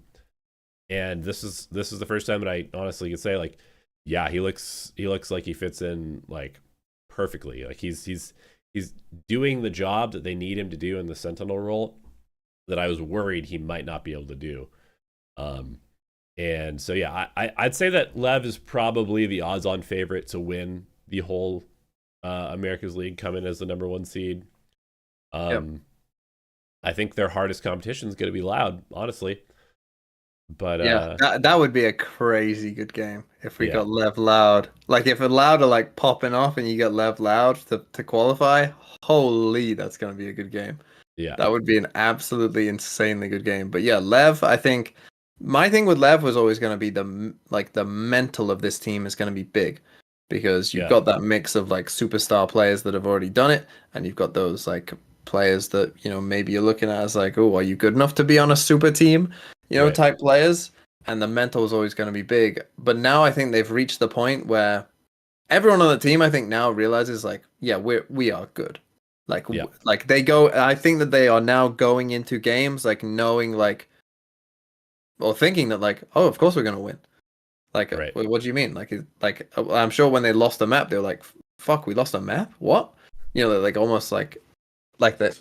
I just think that they're probably just feeling just absolute chill.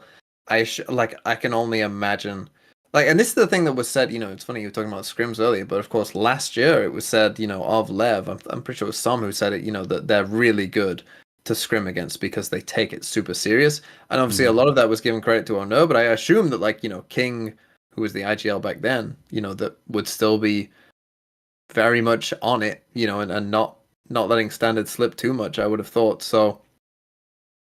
Yeah, I would be.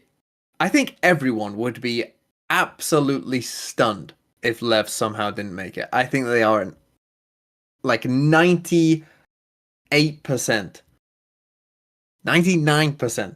Even though they're going to get a tough game against 100 Thieves with all out. But they do have a second chance, and even if they did lose that.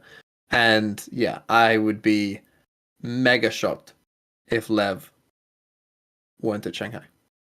Yeah, I agree. I mean, even if they get Loud and Loud is just in champion level form and they beat them, I still think that Lev beats whoever they play in the loser of the crew versus whoever. Yeah, I agree. So who are your 3 teams that are making it then? All of the South American teams. I have Crew, Loud, and Lev.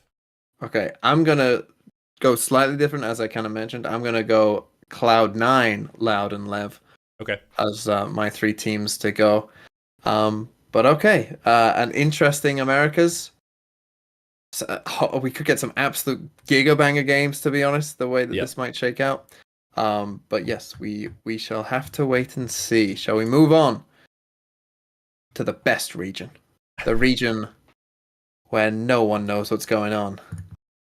EMEA. What is happening in this region? EMEA. I cannot wait for Elevated to make a case for Team Liquid.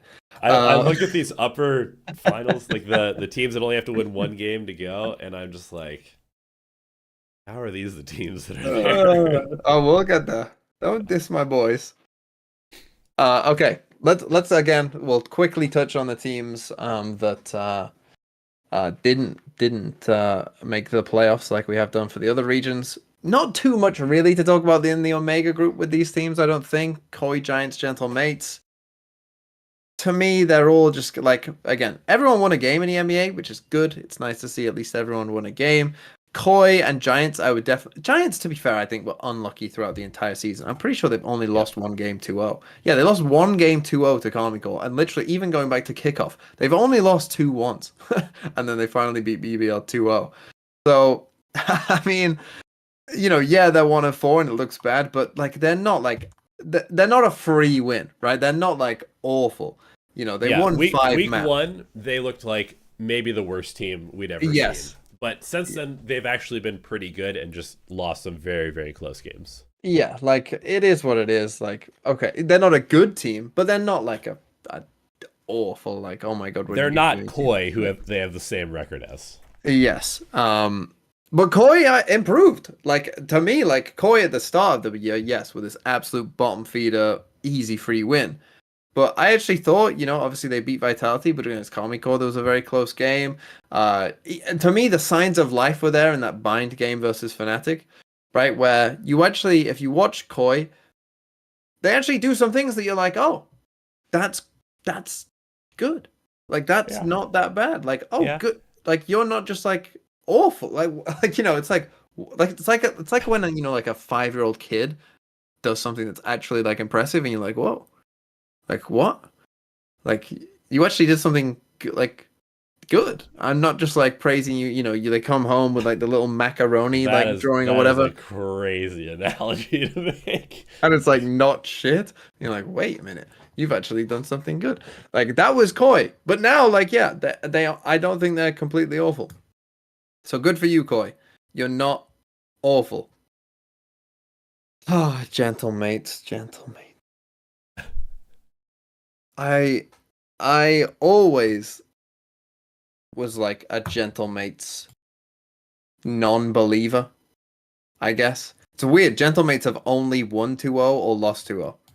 It's How like they get 13-4, 13-2 by Liquid. I mean, if you look through their results, like, there's barely even any close maps. Like, yeah. In the first week, they're literally their one close map is the first week they beat BBL 2-0. They won 13-11 on Sunset. The other map was a 13-7 win. Against Carmichael, they lost 13-6, 13-6. Against Fnatic, they lost 13-6, 13-4. Against Vitality, they won 13-5, 13-5. And then against Liquid, they lost 13-4, 13-2. They literally give up. Like, if they aren't winning, I sleep.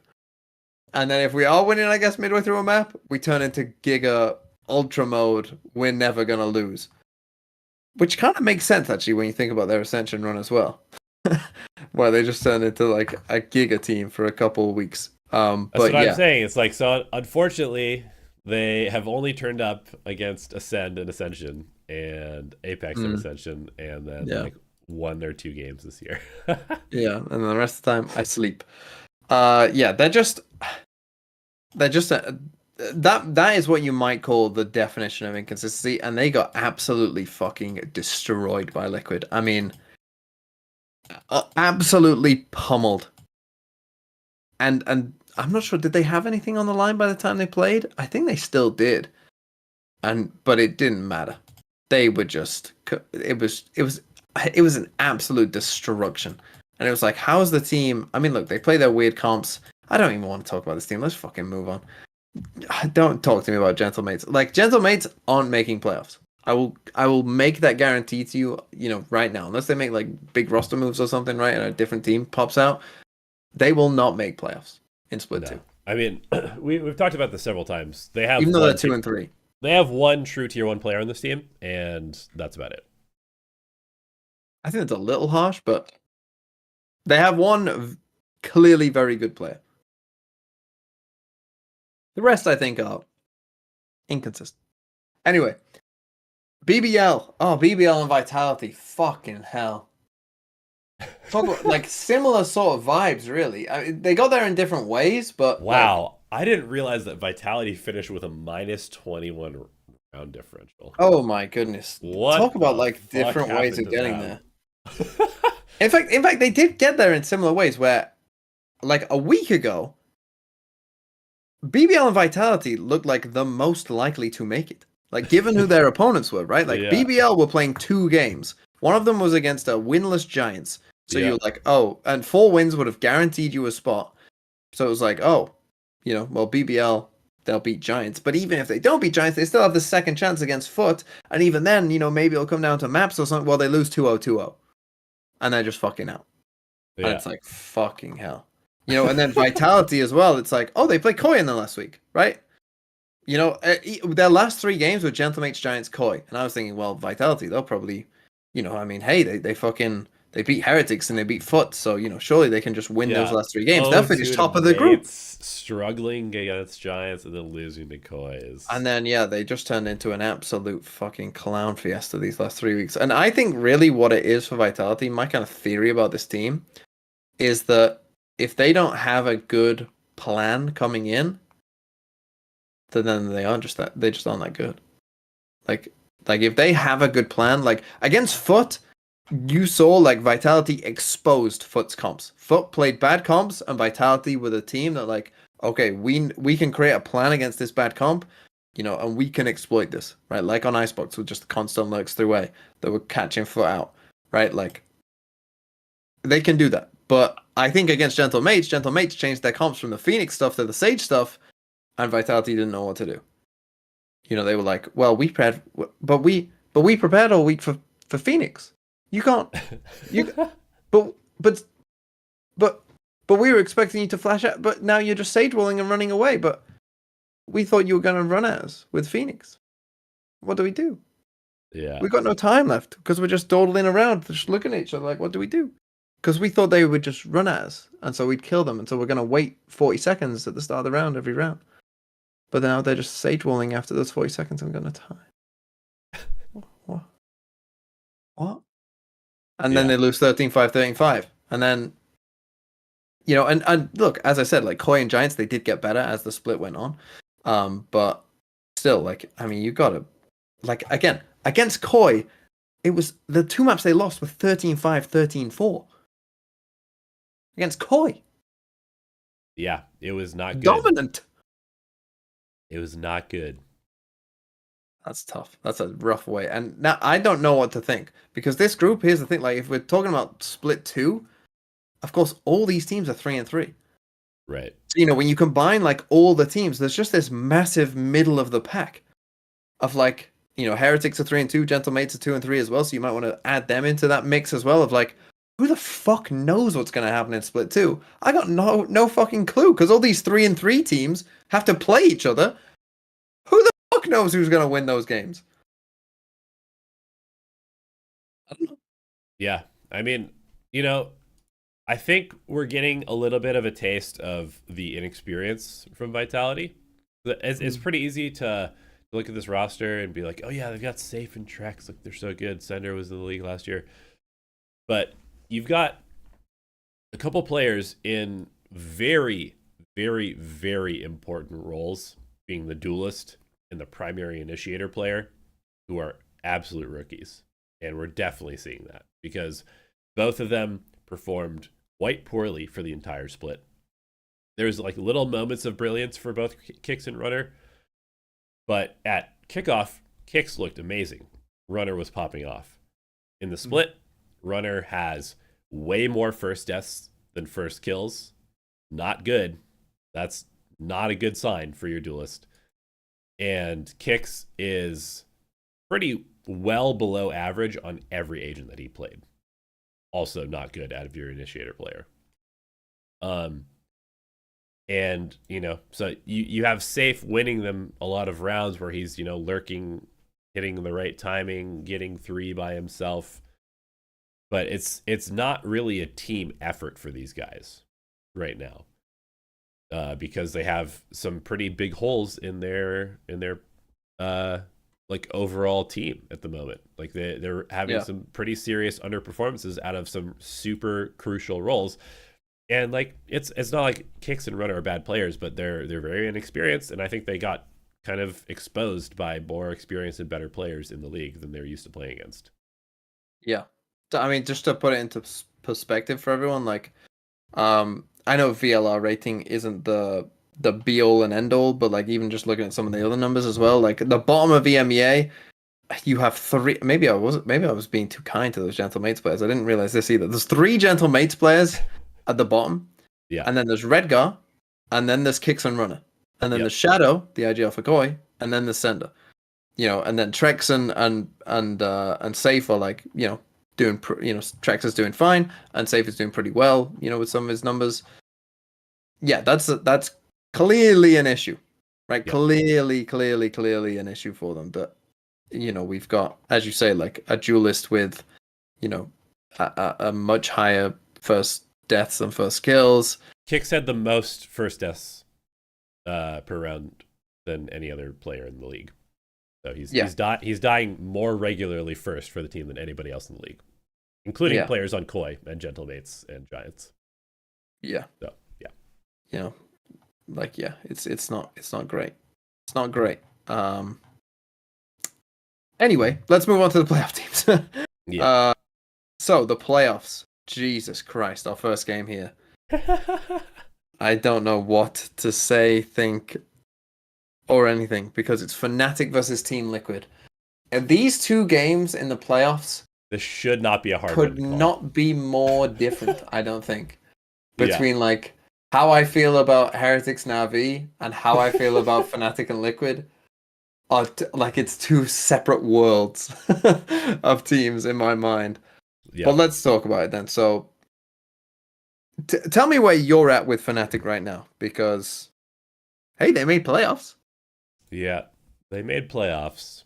I mean, I'm not ready to pull the ripcord on this team yet, so I'm just picking them because I still don't believe that they're this bad. Basically, I just can't believe that they're this bad currently.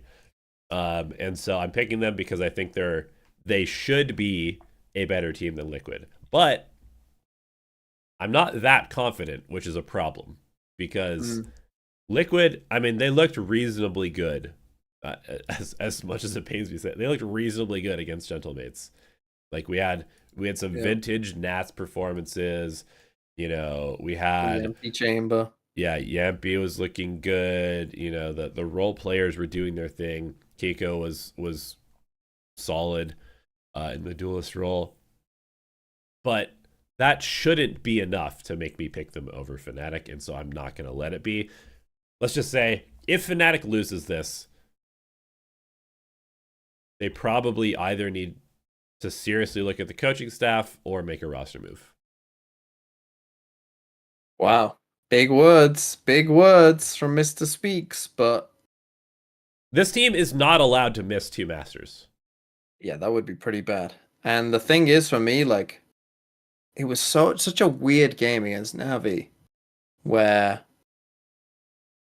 well, let's put it this way, right? In the last 2 weeks, they played against Foot and Navi, and you saw right then and there in those games, like, oh, against good teams, like they like, even if you're the biggest Fnatic fan, even if you think they're gonna go to Shanghai, like the way that they're playing, like when they play against a Foot or a Navi, who are also good teams, Yeah. they don't stand out in any way. They don't do anything better than those teams. Yeah. Consistently. You know, their firepower definitely isn't better than those teams. Right? Whereas last year you would have said it definitely is. That's You been know, a weird thing for me, is that Yes. they have looked like not good individually a lot this year. Yes, that is a problem. The weird thing for me in the Navi game is like the first map on Breeze, okay, Navi, the comp, no Viper, playing on hard mode. What the fuck are you doing? All that, sure, Yeah. cool. But from Fnatic side, even though they were playing against a fucking troll comp, it was good. Like, there was good utility usage. Durka was fucking frying. Durka was finding so much value on the Yoru. You know, it looked like, okay, yeah, Navi are fucking trolling, but okay, this is like Fnatic. We're back. Ascent comes around. Okay, even Fnatic last year wasn't that good at Ascent, but again, teams don't know how to map veto, so whatever, right? They didn't, barely anyone picked Ascent against them, felt like last year, even though they were never particularly like amazing at it. Yeah. Navi are very good at Ascent. Sure, you lose, you know, whatever, cool. We come to Bind. Which has been a home ground for Fnatic in many years. Oh my goodness. This was one of the fucking NRG are unlucky that they exist. Because if Fnatic would have played this map of Bind a couple weeks earlier, holy fucking shit. Holy shit. I think the word you're looking for is mollywopped. They got mollywopped by Navi. I have never seen a team. It looked like Cypher was an agent that they had never seen before, right? Like, genuinely, I could not explain to you what happened, because they looked like they had no idea what Cypher did. Angel is just fucking running into shower, putting his trip down there. They never fucking think to go and, like, you know, just, oh, well, he's always doing this, so let's just fucking go. You know, he's never in there. You know, like, after a couple of rounds, like, you like, they run into the trip once, and it's never like, oh, well, every fucking round, let's just go and fucking punish this trip that he keeps doing. That, you know, like, no one is ever there. He's just putting the trip there every single round. Like, and I know we can see that, and it's easy for us to see, but at a certain point, like, guys, how have you, like, how is Cypher finding this much value? It just is like, how is this team like losing to one agent? Like, they legit just lost to Angel just running around putting trips down. Like, an Angel sometimes like looked lost himself with like, oh shit, I haven't put this extra trip down. Oh fuck, I'll just fucking put it there. And you know, like, and then Fnatic, of course, would just end up running into it anyway. Like, everything was just like, what's this fucking clicking noise that I keep hearing coming on and off? Why do they always seem to have 4 people on this site that we're hitting? Like, it was just so unbelievable. Like, they used to play Cypher on Bind. Like, last year, they played Cypher on Bind. So you surely, like, know general setups that they might be doing. You know, you have decent ideas of, like, you know, where the normal cam spots are, where the normal trip spots are. But they were, like, looking at that trip in Hooker that goes across kind of the entrance into Hooker, like, what the fuck is this thing? Like, how do we deal with this? Like, it was unbelievable. And it just made me think, like, what is going on? Like, how could that ever happen to such, like, an experienced team that has played together for, at this point, you know, a long time? Yeah. It was honestly... That is the crazy part, is that they're just the baffling. same team that won 2 tournaments last year. Yeah. Like, and, like, what? And it just was so crazy. It was so crazy watching that game. And really made me question, like, what the fuck is going on? Because again, like, on Breeze, they looked good. It's like, how did that happen? How did you go from map 1 looking like good, and everything is like prepared. And I guess you picked Breeze, so you knew you were going to play that map. Cool, whatever. You maybe didn't know you were going to pick Bind, but it was just like two different teams walked out. Which again, like, let's talk about Team Liquid. You're the perennial Liquid hater, as you kind of mentioned. Well, one last thing I do want to say. Oh, go on. Is, and I mean, me using this as an excuse for professional players is hypocritical because I'm constantly calling out professional players for this type of thing. But you look at their Breeze comp, and everybody's on a comfort agent and role. Everybody. You look at their Bind comp. All right, we've got Leo playing Gecko. I mean, this guy he's never really been like the flash initiator player. He's always been more like a scans recon initiator player. You've got Chronicle playing Sky. Doesn't really play Sky that often. Like, should they be having agent issues? Probably not, but it's definitely a lot less comfortable of a comp than their Breeze stuff. Okay, anyway, let's move on to Liquid. Yeah. I mean, if you were new to Valorant and you watched, like, if you just happened to have watched Navi versus Fnatic on Bind and then happened to have fucking watched Gen.G versus DRX on Bind, you would think that Cypher is like the craziest agent of all time. You'd be like, nothing breaks these trips. You just have to run into them. You just have to run into them and die. Like, that's what you would think watching those two games. And that's why he's getting nerfed in the upcoming patch. Yeah. Now Team Liquid. Yeah, as you said, they oh my god. Are Team Liquid going to win this game? What % chance would you give Liquid in this game? 20. Only 20? Yeah. Even though I just went on that whole... All they have to do is pick Cypher on Bind, and they won. They're not a good team, though. But they're 1-0 up if they pick Cypher on Bind. But they're not a good team. Man. But what? 20? I was thinking more 40. Personally. 40%? You think it's almost a coin flip that Liquid beats Fnatic? Oh my god, that's crazy. That's crazy Fnatic hate. Yeah, but I watched them play. I know, but I watched them play the last few weeks. And I get that I'm factoring in this Gentlemate's Team Liquid lost to Heretics 2-13, 7-13. Yeah, but they beat Gentlemates. They beat Gentlemates. Ooh, okay. They lost to Foot Esports 5-13, 8-13. Yeah. They did take a map off of Navi, but Navi was trolling with their comp. Holy shit. And then but I watched Yampy play Chamber and I thought, he's really fucking good at Chamber. Like, he's good at Chamber. They should just put him on Chamber. And like that, to me, that's probably their win con, right? Their win con is Yampy and Nats have a really good game. Yes. That's their win con. Yes. But I think there's a 40% chance that Nats and Yampy have a really good game. Am I crazy? I guess I am. I think it's a little crazy. I'm still picking Fnatic, by the way. Well, before anyone calls me a Fnatic hater, I still am going to pick Fnatic because I do agree with you. I don't think Liquid are that good. If Liquid make it to Shanghai, I will buy the Liquid bundle.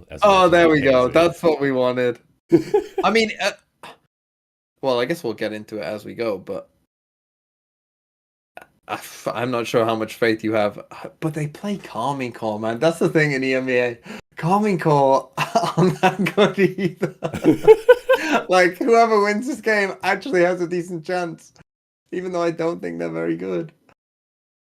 Because Calming Core aren't that good either. Anyway, we'll get to that in a second. Let's talk about the other game then. So we're both picking Fnatic. Another tragedy like the Americas of two teams that deserve to have a shot to go. Holy shit. Navi or Heretic. I mean, we just saw Navi, destroy Fnatic other than on Breeze where they trolled. But Heretics as well, like, either of those teams would stomp Fnatic or Liquid, in my opinion. In most games that they played, like, it wouldn't be that close. I don't know. So, yeah, unlucky. Navi versus Heretics. Start with Navi, who were on the flip side of that. And, good for Navi, right? I'm talking about this fucking Cypher stuff, whatever. But Navi, like, again, on Acend, they clearly know what they're doing. They're good. They have, good protocols. They have good understanding of the map. They You know, also don't play something weird. yeah, they don't troll the comp. Like it's just good shit. Yeah. You know. But like yeah, from Navi's perspective, guys, and it's all laughing and joking after the match against like they asked Angel, oh, why did you not play Viper on Breeze? And Angel's response is like, oh, I thought they nerfed her. I thought the nerf was already in. So we thought, can't play this nerfed agent. He's joking around, but like genuinely, like, what the fuck are you doing? How is that Not even? How not does that playing even come into your head? any form of wall on Breeze is absolutely trolling. Like, how does that even get into your head as like, I can oh, we could try that? can see playing a solo harbor. I think that is acceptable. It's not optimal, but it's acceptable. I can see not playing Viper if you run a harbor, but because of how the sites are designed, the smokes simply do not work on this map. Like regular dome smokes don't work. Like they don't do the job that you need to have. You have to have a wall smoke to play this map. Yeah, I don't understand how they even got there. But when they don't troll their comps, they look good. But the problem is who knows what they're going to play on Lotus at this point, because they're playing the kind of, the Brim stuff that, like, again, I don't think is very good, personally. Yep. Then if this is, the thing is with the Breeze, like, surely it's not that hard to change, right? It's not that hard to change and just put Viper in instead. So I feel like they'll probably be okay on Breeze because it's just changing one agent for the clearly better version, and just everyone knows how to play it anyway, so they'll probably be fine there on Breeze. You know what it probably was, actually, thinking about it, is that Xiao is playing Smokes. Yeah. And I'm pretty sure that Angel played Cypher before. But then he's playing Cypher on Bind, so and as I said, that kind of won them the Bind map. So I don't really know what's going on there, to be honest. But maybe it's that. They have some role problems on Breeze is the main thing. Because they would need a Viper, which would be Sugetsu, but Sugetsu has to play the Cypher. Yeah. So yeah. Really what needs to happen is Zipan needs to play surely Xiao can learn Viper. I'm sorry, but like it isn't that hard. Yes, he should be able to play the Viper, but what needs to happen in the short term is Zipan goes to Yoru, Xiao goes to Sova, Angel goes to Cypher, Sugetsu goes to Viper. But that's a lot of role swaps. Yeah, so that's a lot of changing about. Yeah. Anyway, so but you feel good on the whole about Navi. How are you feeling about them? Feeling good? I'm not feeling as good as I was hoping I would, because there were just some games, especially the BBL series, where they just looked like what are these guys doing? Like they looked really lost a lot of the time in that series, and like they were all like mega tilted from like the very beginning of the series. It seemed like everybody was like super pissed like all the time. Maybe it was just a bad day for them or something, but the BBL loss was like really surprising to me, and it made me think a lot less of them as a team. But yeah, then they came back and they handled business against Fnatic. So it's like, what does that really mean? I'm going to be honest. I think I'm picking Heretics in this one. Okay. Well, I'm going to disagree with you because I'm going to pick Navi. But tell me why you're picking Heretics. Why do you believe in this team? I just think that this team is like, I think they're essentially in the form that they were in kickoff, and that might sound kind of weird because obviously their record like wasn't particularly good in the split. But I just think a lot of teams got better as well and like figured out how to handle them. Yeah. And even in spite of that, they still finished with like a pretty good record. And I think that at first I was a little bit worried about going from Patatek to Woot. But Woot's really good. Wood is really good, and so I think on just purely like a firepower, like just young blood, super hungry, like we're just gonna out frag you guys in like a scrappy game. I think I would just favor Heretics in that regard. Okay. I don't think it's like particularly close. Like this is like a 52 to 48%, 51 to 49% game. Little Brexit vote. Yeah, basically. And I'm just kind of picking Heretics because I just kind of feel like maybe they'll be a little bit hungrier and like more prepared maybe. Okay. And Navi, I don't know. Navi's just had a little bit too much of like the spike of, oh, they're insane. Oh, what the fuck are they doing? Oh, okay, they're Yes, yeah. that's definitely been Navi throughout this entire. Often, like the first map that they play, they're just shit, Yeah. and then like the second map, maybe is really good, and then the third map kind of decides whether they win or lose. So yeah, I mean, yeah, I'm totally with you. This is a coin flip, in my opinion. I've just landed on Navi, I guess, instead, not for any particular reason necessarily. It's kind of be interesting with the veto because Team Heretics were banning Ascent like all the way through Uh-huh. until Woot got there, and then they started banning Split. It'd be interesting to see if they ban Ascent against Navi, because obviously I feel like if Navi get Ascent and Heretics, don't really want to play that map necessarily, that Navi will be very favored on that map. But then other maps like Breeze maybe if Navi is still trolling, or Lotus potentially for Heretics, although Heretics kind of got destroyed by Karmine Core on Lotus as well and didn't look great. So it's going to be interesting, I think. You kind of were almost convincing me to pick Heretics there, but I'm gonna stick with Navi. I think that's fair. I'm I gonna think that's stick with fair. Navi. Okay, let's Quick talk question. about. Quick Go question. on. We're going to talk about Karmine Core, but before we actually talk about Karmine Core, would you take Navi and Heretics over Karmine Core? Yes, Okay. no doubt, Okay. 100%. Go ahead. Karmine Core. Ah, Karmine Core. To me, they're actually Karmine Core are like a very simple team to talk about, because to me it's like they come in with a game plan. If the game plan works, they'll win. If it doesn't, they'll lose. Like that to me is just like, if Eng gives them the tools if Eng gives them the correct plan going into the game, or maybe finds like the one thing they need, like in a timeout, they win. If they don't have that, they have no chance. They have literally no chance if they can't have that. And I think you saw that in their game against Heretics as well, right? Like against Heretics on Lotus, destroyed them. They literally just fucking ran A. They literally just fucking like Heretics are playing Gecko Neon instead of like more normal Raze Fade on Lotus, Mm-hmm. and they just realized like, hey, against this Gecko Neon shit, let's just fucking run at them. Like we can get past the stuns. We can shoot a Dizzy Flash. Fuck it. Yeah, let's just run at them. And they Yeah. can't do it, and we'll just cut and just fucking run A. And and Heretics are like, I don't know what to do. And they just kept losing that fight over and over again. And Yeah. Karmine Core were like, sure, cool, whatever. And on the other maps, like Icebox honestly was a bit of a throw by Karmine Core. They were up in this game as well, and honestly looked like they could have won. They're playing against the fucking Jet Rainer Comp 2021. God, I hate it. Fucking yeah, literally just Heretics have one plan, and it's just hope to win enough gunfights to win the map. And Karmine Core, well, let that happen. I mean, Karmine Core won both pistols and a bonus and lost to a Jet Rainer. We're just gonna fight you every single round, and that comp, which Yeah. didn't inspire a ton of confidence either. Really. That was a weird map though.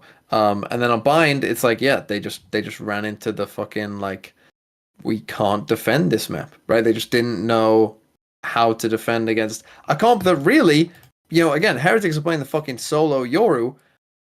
Like that comp doesn't go B that well, right? Mm-hmm. But Karmine Core just couldn't figure it out, and But Casey's also playing the Viper and the Omen, which is a little bit strange. Their comp is a yes, little strange as well. yeah, but yeah, they just couldn't figure it out, and they lost what? It was just a destruction. They won one defensive round on Bind. So and that's Yep. that's what I kind of mean. That like I feel like with Karmine Core, you do get these like really big halves. Of like if Karmine Core's plan is working, they will fucking destroy you because their execution of plans is really good. Right? Like if they have the right plan, their execution of it is really good. But if they don't have that right plan, like in the map, they're mid rounding, like they don't know what to do. That said, I still favor them over either team they're going to play. I still think their chances of going to Shanghai are pretty good. Thoughts? Um, I also picked them to beat. So I picked Fnatic to beat Liquid. I picked Karmine Corp to beat Fnatic. Mm.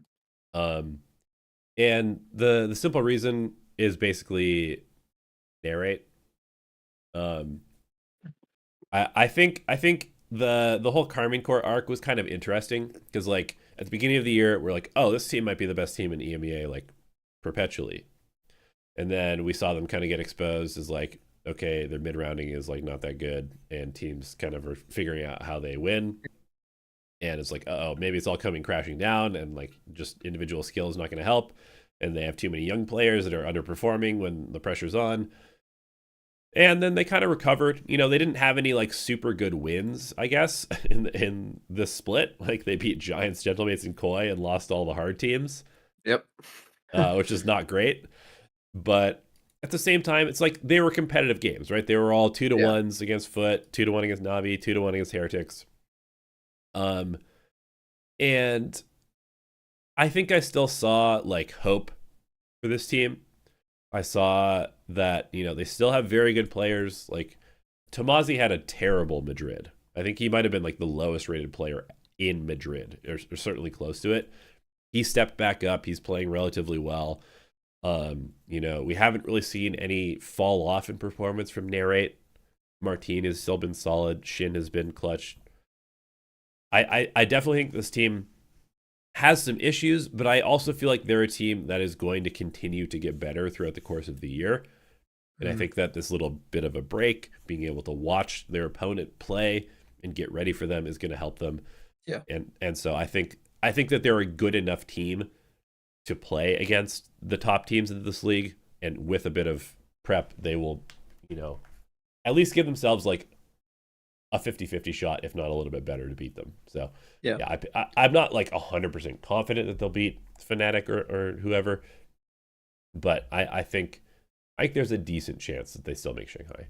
Yeah, I completely agree. I think them having the bye is big for them, right? That they can watch their opponent's game, they can watch what maps they play, and go, okay, this is clearly something that we can exploit. They don't have time to change anything.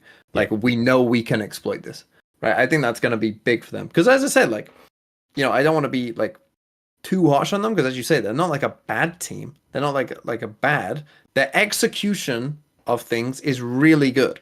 Right, like the fucking jump peaks that I think they've kind of been the masters of. You know, where we swing and one person's just hopping around with a classic, and the other person then swings off it. Like, they're fucking insane at that, right? Like, they are the masters of that. They are the like their players are you know, generally have good discipline, right? Their util usage is generally pretty good. Like, it's just that one kind of big issue of like, our plan isn't working. What do we do? That's when they just like, it seems like the whole machine shuts down, you know, and it's like they can't get out of it. And I think but again, top 3 here, go to Shanghai. Yeah, but I don't think they're a top 3 team in EMEA. Yeah, I'm with you. I think that they should win their game personally, because I don't have a ton of faith in the teams they're playing. But then we would get to Foot, a team that I do have a lot of confidence in. You might disagree with me, but I'm all in on this team. Foot are my goats. They've stopped trolling their comps. You know, in their most recent games against BBL, we played a Sentinel on Icebox. On Bind, we're playing a Duelist. It's fucking good eating right now. Okay, the Lotus comp, they still might be trolling a little bit, but that gave me like some serious like, oh fucking god, this team's going to be unstoppable. Because here's the thing, as I said before, they were playing on hard mode. They were legit and still doing well, but also playing just on absolute hard mode. Literal self-sabotage and still winning. And now that, you know, they aren't self-sabotaging and they're playing, you know, somewhat regular shit, like, this team, I talk about like Karmine Corp, they have good discipline. Like, that's the thing with Foot. They're all fucking cracked, but their discipline is good. You know, their discipline is really quite good for a team that's like, you know, this mechanically good. You would expect that like they're kind of always, you know, kind of overheating, right? Like they're always kind of like overpeaking because they're all individually so good at aiming that you would think like, oh, they're just gonna always take confidence fights, but they don't. You know, that they're all pretty decent, I would say, like knowing when the right time to, play passive is and knowing when to wait for the team and knowing, when they should be aggressive. And that's what to me makes them good, right? Because like their game plans, I don't think are like, again, like like they play weird comps, but they aren't like crazy like, oh, let's insert someone here and then we'll make fake pressure over here and insert someone there and then we'll come back to you, but actually we're coming back over to the other side. It's not like FNS like giga braining shit. It's just like very, very good discipline, very, very good firepower, decent game plans, right? Like decent game plans of what they want to do. And that's fucking hard to beat for a lot of teams when, your firepower is this good. And so I'm big on Foot, personally. I think Foot should be up there. I don't know what I'm off Twitter, by the way. Twitter, I'm done with you. Fuck off. So I didn't see your little list of 10 teams or whatever. But if this was my list, my top 3 right now would be PaperX, Lev, and mine would be Loud. I would still put Foot above Loud. I would go Foot 3, Loud 4. Okay, I had Foot at 4 below. Okay, Loud good. on my list. Good. I mean, it sounds to me like you're describing Gen.G from Kickoff. And I think though they're better than Gen.G at Kickoff because I think that Gen.G could overheat a bit more. Like Munchkin will overheat, and Munchkin will just swing it, and Texture might overheat and just try and do something stupid. So I think they're better than Gen.G at Kickoff personally, and I think that their game plans are a bit better than Gen.G's as well. Okay. Personally. Yeah, I mean, I think they're really good. I think they are a little bit reliant on individual plays, like one player just doing good stuff. But that's the thing about Foot. That's the thing about Foot, though. They have 5 players to do it.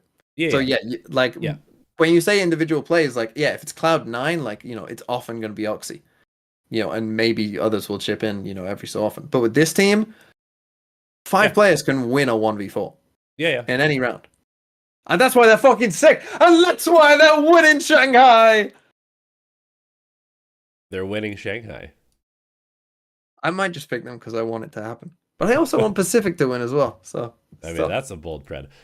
I think it's pretty safe to pick them to go to Shanghai. And are you picking them to I'm picking them to beat Navi. Yes, I am. You're picking them to win the EMEA, like get the 3 points, number 1 seed? Yes.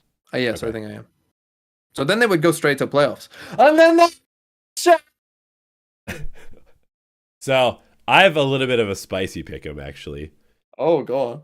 I have them beating Heretics in the upper semis. I have them beating Karmine Corps in the upper finals. Yes. And I have them losing to Heretics in the grand finals on a run back BO5. Ooh, okay. No, I mean that's fine. That's fine. I mean I also have I would have Navi in my grand final too, but I'd still have Foot winning. So we both agree whoever kind of goes through from this is going to beat Fnatic, or Fnatic for us, both of us, and then also beat Karmine Corps and go to the grand final. So yes, basically. I do have Fnatic not making it to Shanghai because they lose to Heretics. Yeah. So we only are one team different then. And it's basically like if I would have picked Heretics instead of Navi, I would totally agree with you and have like also Heretics beating Fnatic, beating Karmine Corps. So we only have one team different. I've gone with Navi, you've gone with Heretics. We both agree on Foot and Karmine Corps.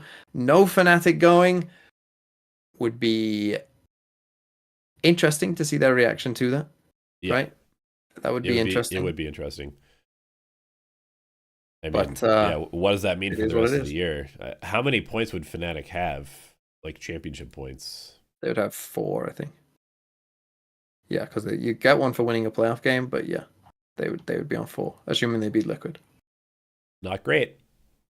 Oh, they wouldn't be top. No, they'd need to performance split too, for sure. Yeah, they couldn't rest on the laurels at all.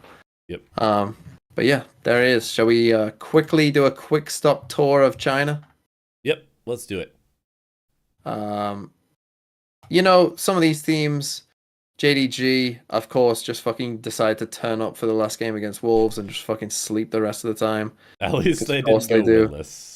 Uh, I really wish they did.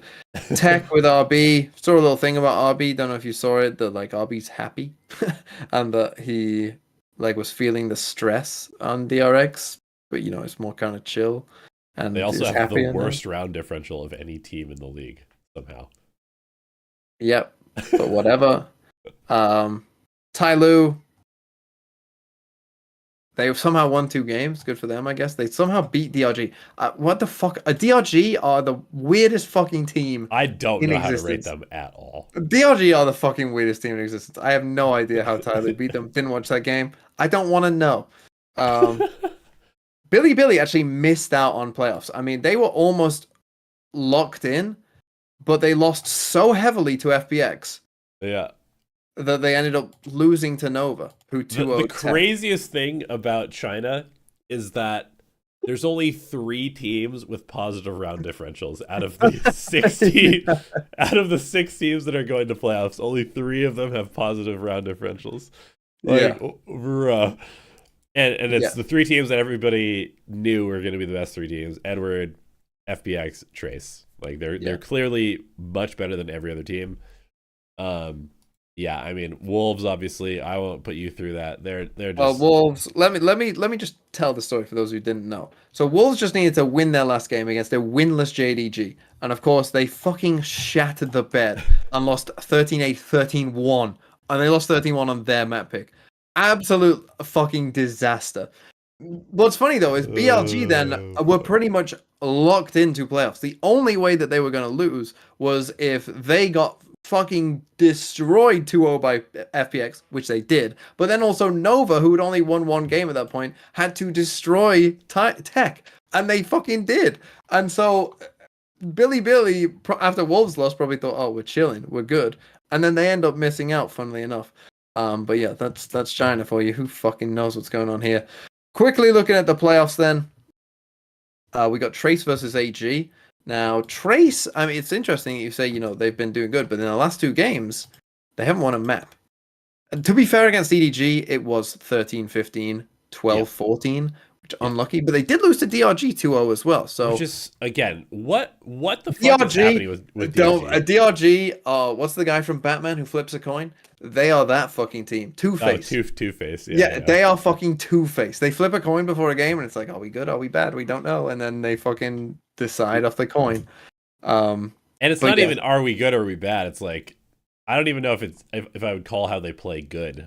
Like, no. Oh no, absolutely no. No, they are shit, but they just hit. Sometimes they just hit enough shots to win. Yeah. And stomp. Yeah. So Trace versus AG. You know what? I'm gonna fucking surprise you here, Mr. Speaks. I'm gonna pick AG. Go ahead. For no reason. For no fucking reason. Yeah, I think Trace is a solid team. And yeah, AG, they are. Trace are the only solid team in China. Yeah. They are the only one. There is one, and it's Trace. And AG, I don't know why I'm going to pick them. Some upsets have got to happen, and China's probably where it's happening. And then we get Mr. Coin Flip, DRG versus Nova. I'm gonna pick DRG. I picked DRG because I just think that they're a slightly better team than Nova overall, just like skill wise. And so, yeah, I don't know. Yeah. I mean, and then we got FPX. I'm assuming you're gonna pick against. I've got them versus AG. You got them versus Trace, but I assume you think FPX gonna win that game. Yeah, I don't think it really matters who FPX plays unless it's EDG. Yeah. I just think that they have way more firepower and are just individually significantly better than everybody. Even when their comps make no fucking sense. Yeah. And they're playing triple smokes, no Viper on Icebox. Yeah. Yeah. And then EDG versus DRG. EDG. The thing that EDG have done. EDG? Okay. So I know EDG started off the split looking kind of shit, and they looked kind of shit at kickoff, and they looked kind of shit at Madrid. But they've finally gone back to just Kong. He is our duelist. We're putting him on duelist. Smoggy, as good of an entry as Smoggy, you are, fuck off. you can't op as well as Kong. So we're just going to put Kong in a position to op. So he's been opping again. He's been playing the Raze and the Jet, and they've been winning. So they finally stopped trolling their roles, and they've put the best duelist that they have in China back on duelist. Mm-hmm. And then we've got DRG versus, well, you've got Trace, I've got AG in the lows. This is to go to Shanghai. Who's your third team? It's just Trace. Okay, I've gone DRG. So they win another coin flip there. Just for being funny, I think that's great. Yes. And then let's talk about this. So who do you have winning China then? Because in mine, I think I'm gonna go for FPX winning the upper final, but EDG going a lower bracket and win the grand final. Am That's I also what I crazy? have. That's also what Oh, I have. interesting. Yeah. Interesting. So we I think it's both one of those have things. EDG winning. Yeah, because FBX beat EDG earlier on this year, Yes, they did. and they clearly have the firepower to match up with EDG, Mm-hmm. but I don't think that they have the consistency to win a BO5. So, Okay. yeah. Okay. Well, there it is. There it is. And All the regions. maybe next year we'll have more in-depth thoughts about China, but this year, I mean, Oh yeah, this region is just a clusterfuck right now. It's very yeah, very hard to read what's going on. Even watching all of the games, I'm like, I think this is bad Valorant, but this team is winning, even though they're playing bad Valorant, which means that the other team is playing worse Valorant, and like a lot of it is just, it's kind of like watching ranked after watching a pro game when you compare them to like EMEA and NA and stuff like that. Yeah. Not only is China behind in terms of obviously they're just a bit behind in general, but also as we saw last year, the first year rosters in all the regions last year. Yeah, like half these players probably won't be in the league next year. Yeah, like it is for the other regions this year. Like, you just get a big influx of change, and hopefully next year that means that the players are better, and then hopefully China can just in general kind of catch up. Shanghai should be good for them.